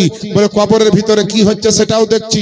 আল্লাহ রাসূলকে জিজ্ঞেস করলেন জিবরিল আমিন, কি দেখলেন, কার কবর, কি সমাচার? তো আমার নবী, আপনার নবী বলেন, রাআইতু মুসা ইসাল্লি ফি কবরি, অর্থাৎ আমি মুসা নবীকে দেখলাম তিনি কবরে তিনি আল্লাহ পাকের জন্য নামাজ আদায় করছেন। এ বেরাদারানে ইসলাম, আমার নবী আপনার নবী যেদিনকে মেরাজ করতে যাচ্ছেন তার কয়েক হাজার বছর আগে মুসা নবী ইন্তেকাল করেছেন। মেরাজের রাত্রিতে আমার নবী মুস্তাফা সেদিনকে দেখছেন যে মুসা নবী কবরে জীবিত আছে। তো বেরাদার, মুসা নবী যদি কবরে জীবিত, এই হাদিস অনুযায়ী সমস্ত পয়গম্বর কবরে জীবিত, তাহলে আমার নবী আপনার নবী ইমামুল আম্বিয়া, সাইয়্যিদুল আম্বিয়া, সমস্ত নবীর ইমাম, সমস্ত নবীর সরদার, তাহলে আমার নবী কবরে জিন্দা নয়? জি, কবরে জিন্দা। আজকে যারা নবীকে মুর্দা বলছে, আল্লাহ ওয়ালাদেরকে যারা মুর্দা বলছে, তাদের জন্য বলতে চাই, আপনার বেরাদার আবু বকর সিদ্দিকের চাইতে জ্ঞানী বেশি কি পৃথিবীতে এখন কোন লোক আছে? একটু কথা বলবে। সহি হাদিস করে যে আদা জল খেয়ে নেংটি মেরে চিল্লাচ্ছ, তো যিনি সহি হাদিস লিখেছেন ইমাম বুখারী রহমাতুল্লাহ আলাইহি, তিনার চাইতে নিশ্চয় এরা শিক্ষিত নয়। ইমামে আজমের চাইতে এরা শিক্ষিত নয়। ইমামে হাম্বালের আহমদ বিন হাম্বালের চাইতে শিক্ষিত নয়। আবু বকর, উসমান, আলী এদের চাইতে এরা শিক্ষিত নয়। তো আবু বকর থেকে আরম্ভ করে এখন পর্যন্ত হুজুর, তাজুস, শরিয়া পর্যন্ত যত সিলসিলার যত আল্লাহর ওলির খানকা আছে, আলেম আছে, মাওলানা আছে, মুফতি আছে, তাদের একটা লোককে দেখিয়ে দিতে পারবেন যে তারা কোনো কেতাবে লিখেছে যে আল্লাহর নবী জিন্দা নয়, মুর্দা মাযাল্লাহ, মরে মাটিতে মিশিয়ে গেছে, দেখাতে পারবেন? না, দেখাতে পারবেন না। কারণ আবু বকর সিদ্দিক তার আকীদা ছিল নবী মুস্তাফা জিন্দা, উমারে ফারুকের আকীদা ছিল নবী মুস্তাফা জিন্দা, হযরত উসমান গনির আকীদা ছিল নবী মুস্তাফা জিন্দা, আলিয়া মুর্তজার আকীদা ছিল নবী মুস্তাফা জিন্দা, মা ফাতেমার আকীদা ছিল নবী মুস্তাফা জিন্দা, ইমামে আজমের আকীদা ছিল নবী মুস্তাফা জিন্দা, ইমামে শাফির আকীদা ছিল নবী মুস্তাফা জিন্দা, ইমামে মালিকের আকীদা ছিল নবী মুস্তাফা জিন্দা, ইমামে আহমদ বিন হাম্বলের আকীদা ছিল নবী মুস্তাফা জিন্দা, বুখারী শরীফের রাইটার্সের আকীদা ছিল আপনার নবী মুস্তাফা জিন্দা, ইমামে আবু দাউদের আকীদা ছিল নবী মুস্তাফা জিন্দা, আপনার ইমামে তিরমিজি, ইমামে আবু দাউদ, ইমামে নাসাই, সমস্ত মুহাদ্দিসদের আকীদা ছিল নবী মুস্তাফা জিন্দা। সারা দুনিয়াতে আমার গাউসে পাক থেকে আরম্ভ করে এখন পর্যন্ত যত ওলি আউলিয়া এসেছে তাদেরও আকীদা হচ্ছে আমার নবী মুস্তাফা জিন্দা। আর এর জন্য তো বেরাদার সরকারে আলা হযরত আজিমুল বরকত, আকায়ে নিয়ামত, দরিয়ায়ে রহমত, কনজুল কারামত, ইমামে ইশক ও মোহব্বত, কলম সম্রাট বেরেলির সরতাজ ইমাম আহমদ রাজা কলম চালিয়ে লিখতেছে যে তু জিন্দা হে ওয়াল্লাহ, তু জিন্দা হে ওয়াল্লাহ, মেরে চশমে আলম সে ছুপ জানে वाले। জোরে বলেন না সুবহানাল্লাহ। বেরাদারনে ইসলাম, গাউসে পাকের চাইতে বড় শিক্ষিত লোক এখানে আছে যিনি মাদ্রাসায় পড়তে যেতেন তো সুবহানাল্লাহ, তার পিছনে পিছনে একজন বা দুজন করে আল্লাহর ফেরেশতা তাকে নিরাপত্তা দিতেন। অনেক কারামতের ঘটনায় লেখা আছে যে আলিয়ে মুর্তজার উট হারিয়ে গেলে বাড়িতে কোরআন পড়ে তাফসীর করে উট খুঁজতেন। সেই আলী তো কোনোদিন বলেননি, যাকে জামিউল কোরআন বলা হয় উসমান গনি, তিনি তো কোনোদিন বলেননি যে নবী মুর্দা। আমরা আহলে সুন্নাত ওয়াল জামাতের লোক হাদিস ও কোরআনের আলোতে দিবালোকের নাই পরিষ্কার যে নবী গণ জিন্দা, আল্লাহর ওলি গণ জিন্দা, এবং যারা মুমিন মুসলমান নবীর আশিক নবীর প্রেমিক তারাও নিজের নিজের কবরে জিন্দা। একটা মুসলমান মরার পরে জিন্দা গো। আচ্ছা, মুসলমান যদি মরার পরে জিন্দা না হয় তো মুনকার নাকির ফেরেশতা কাকে সওয়াল জবাব করে? ওই দেবন্দিল আমাজাবি গুমরাহি আকীদা যাদের ওদের বাপকে করে নাকি, না ওদের দাদুকে তুলে করে? বলছে তোমাদের নবী জিন্দা, তোমাদের ওলি জিন্দা, তোমাদের নবী জিন্দা, তোমরা কি খায়? দেবন্দি জামাতাটা লোক লজিক নিয়ে এসেছে আমার কাছে, তোকে কেমন ম্যাজিক শোনাইছিলাম শোনেন। বুঝে তোমাদের নবী জিন্দা, আল্লাহর ওলি জিন্দা, খাজা পাক জিন্দা, গাউস পাক জিন্দা। ধরে নাও গাউস পাকের কথাই বলছি তোমাকে, তো গাউসে পাক তোমার জিন্দা না? তো হ্যাঁ জিন্দা। কি খাই কবরে? না তো আল্লাহ জান্নাতি খাবার দেয়। তো ওই তো একটুকু ছোট্ট কবরই জিন্দা, আর জান্নাতি খাবার আছে, তো খাওয়া দাওয়ার পর পায়খানা ফিরে কতি খেলে তো পায়খানা হবে, পেচ্ছাপ হবে। তোমাদের তো আকীদা যে আল্লাহর ওলিগণ মরার পরে কবরে জিন্দা নাই, কবরে মরে মাটিতে মিশিয়ে গেছে আল্লাহ। কিন্তু আমাদের আকীদা যে কবরে জিন্দা, তারা জান্নাতের খাবারও পায়। তো জান্নাতের খাবার পায়, খায়। তোমার জানার ইচ্ছা যে তারা কোথায় পেচ্ছাপ পায়খানা ফিরে, মানে লজিক্যাল প্রশ্ন রেখেছে ছোট মৌলবি দেখে কম বয়সে। আমি বললাম শোনো, যাদের যাদের আকীদা যে আপনার সুবহানাল্লাহ নবীগণ ওলিগণ মরার পরে কবরে জিন্দা নাই, মারা গেছে, মুছিয়ে গেছে মাযাল্লাহ, আমার আদের আকীদা নবী রাসূলগণ এবং আউলিয়া ইকরাম তারা কবরে জিন্দা, জান্নাতি খাবার পায়। আর খাবার খাওয়ার পরে যখন পায়খানা পেচ্ছাপের দরকার হয়, তো যাদের যাদের আকীদা আছে যে নবীগণ মুর্দা, তাদের মুখে পেচ্ছাপ ফিরে আর তাদের কবরে গিয়ে পায়খানা ফিরে। এটা আপনার ইলমি জবাব নয়, এটা ইলজামি জবাব। ইলমি জবাব হচ্ছে আলাদা, এটা হচ্ছে ইলজামি জবাব। মানে আমার উপর যেমন অপবাদ দিয়ে প্রশ্ন, তেমন আমরাও অপবাদ দিয়ে উত্তর। খুব ভালো করে শুনতে হবে আমার বাপজিরা ভাইরা। এখন ডাক্তারকে গিয়ে যদি বলে আমার পেটের সমস্যা হয়েছে, এটা হয় না, ওটা হয় না, পেটের গ্যাস হয়, পায়খানার সমস্যা, তো ডাক্তারে ওষুধ দিবে। এবারে একটা ডাক্তার কাছে গিয়ে বলছে যে ভাই আমার 3 দিন থেকে পায়খানা হয় না, পায়খানা হয় না, পায়খানা হয় না, পায়খানা হয় না, তো না অমুক ওষুধ খাও গা, অমুক ওষুধ খাও না, যে ডাক্তারে এবার রাগ ধরেছে, যেমন রোগী তেমন ডাক্তার, যেমন প্রশ্ন তেমন উত্তর, যেমন মাস্টার তেমন ছাত্র, যেমন কোম্পানি তেমন প্রোডাক্ট, তাই তো? তো বেরাদার, ও যেমনই বলেছে তখন ডাক্তার রাগ করে বলছে এত ওষুধ ইনজেকশন, যখন তোর পায়খানা হলো না তোকে আলাদা কিছু ভাবতে হবে, তোর জন্য দাঁড়া। ওকে 10 মিনিট বসিয়ে রেখে কি বলা হয়েছে, বাজারে দোকানে গিয়ে দুটো জিনিস কিনে নিয়েছে, ওকে ওষুধের পুড়িয়েতে ভরে বলছে যে এই দুটো জিনিস ব্যবহার করবি না। তো কি? তো 1 নম্বর পায়খানা যাওয়ার 5 মিনিট আগে বিড়ি খাবি, আর যদি তারপরে পেটে লাগে তো বাড়ি এসে বিমলটা চিবাবি। বিমল খায় না অনেকে, হ্যাঁ? তো বাবা দেখছেন যারা বিড়ি খাওয়া, যেটা বিড়ি না হলে বলে সকালে আর হাগা হয় না, এরকম লোক আছে? হাসলে হবে না, আছে অরিজিনাল। তো বেরাদার, যদি ওর বিড়ি বন্ধ করার কারণে পায়খানা বন্ধ হয় তো ওষুধ ইনজেকশনে ওর পায়খানা হবে? জি জি না মুসলমান।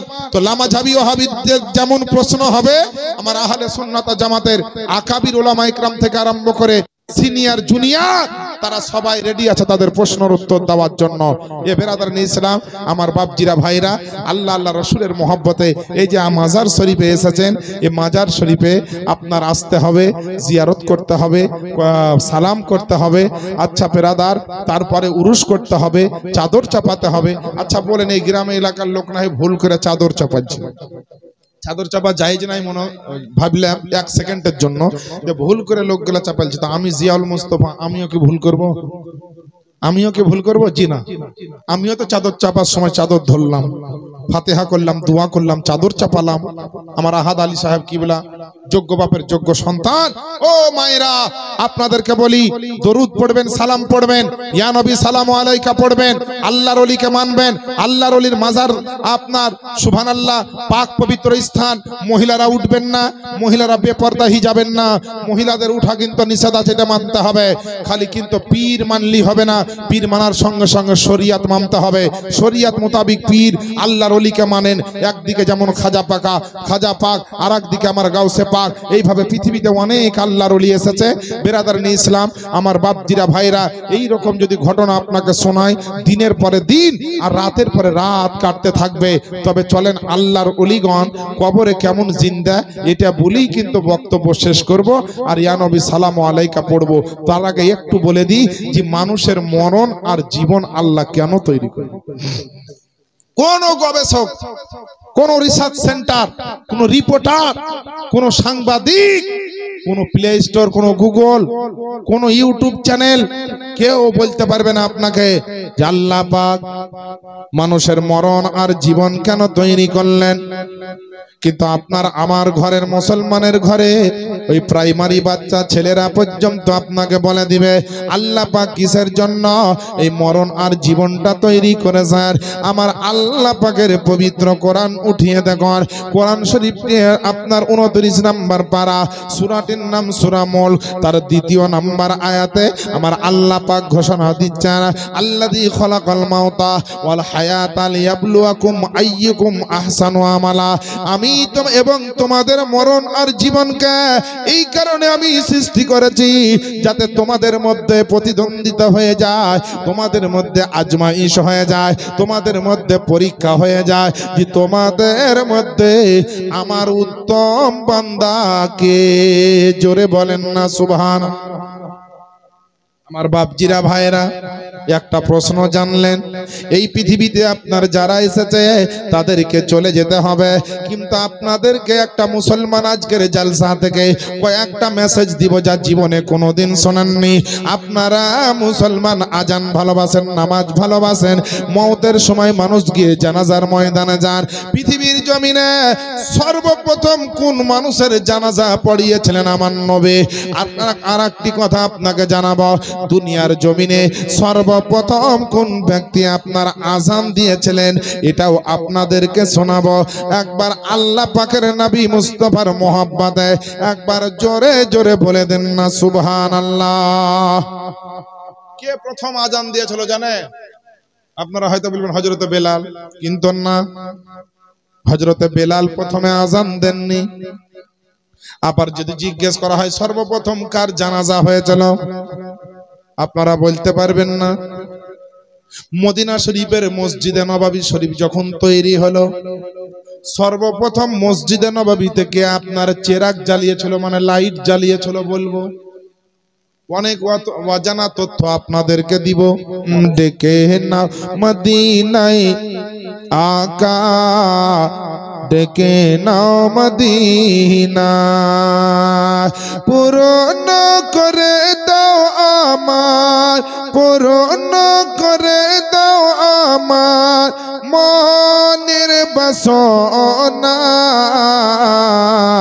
ডেকে নাও মদিনায় মাওলা, ডেকে নাও মদিনা। আরে চাঁদ নবী মুস্তাফার চরণের ধুল গো, সূরজ নবী পাকের ইশারায় ব্যাকুল গো, ইশারায় ব্যাকুল গো, ইশারায় ব্যাকুল গো। চাঁদ নবী মুস্তাফার চরণের ধুল গো, সূরজ নবী পাকের ইশারায় ব্যাকুল গো। নূর নবীজির প্রেমে দেখি, নূর নবীজির প্রেমে দেখি জামানা দিবানা, ডেকে নাও মদিনায় আকা, ডেকে নাও মদিনায়। মায়েরা বোনেরা, কেউ খালি হাতে ফিরিয়ে দিবেন না। রাত্রি বেলায় আমার খালাদের কাছে, আমার দিদিমণিদের কাছে আমি সকলের কাছে আবেদন রেখেছি, আল্লাহ আল্লাহ রসুলের মোহাব্বতে উরুসের জন্য যে যতটুকু যদি 50টা টাকা হয় তবুও দিবেন, খালি হাতে ফিরাবেন না। যারা যারা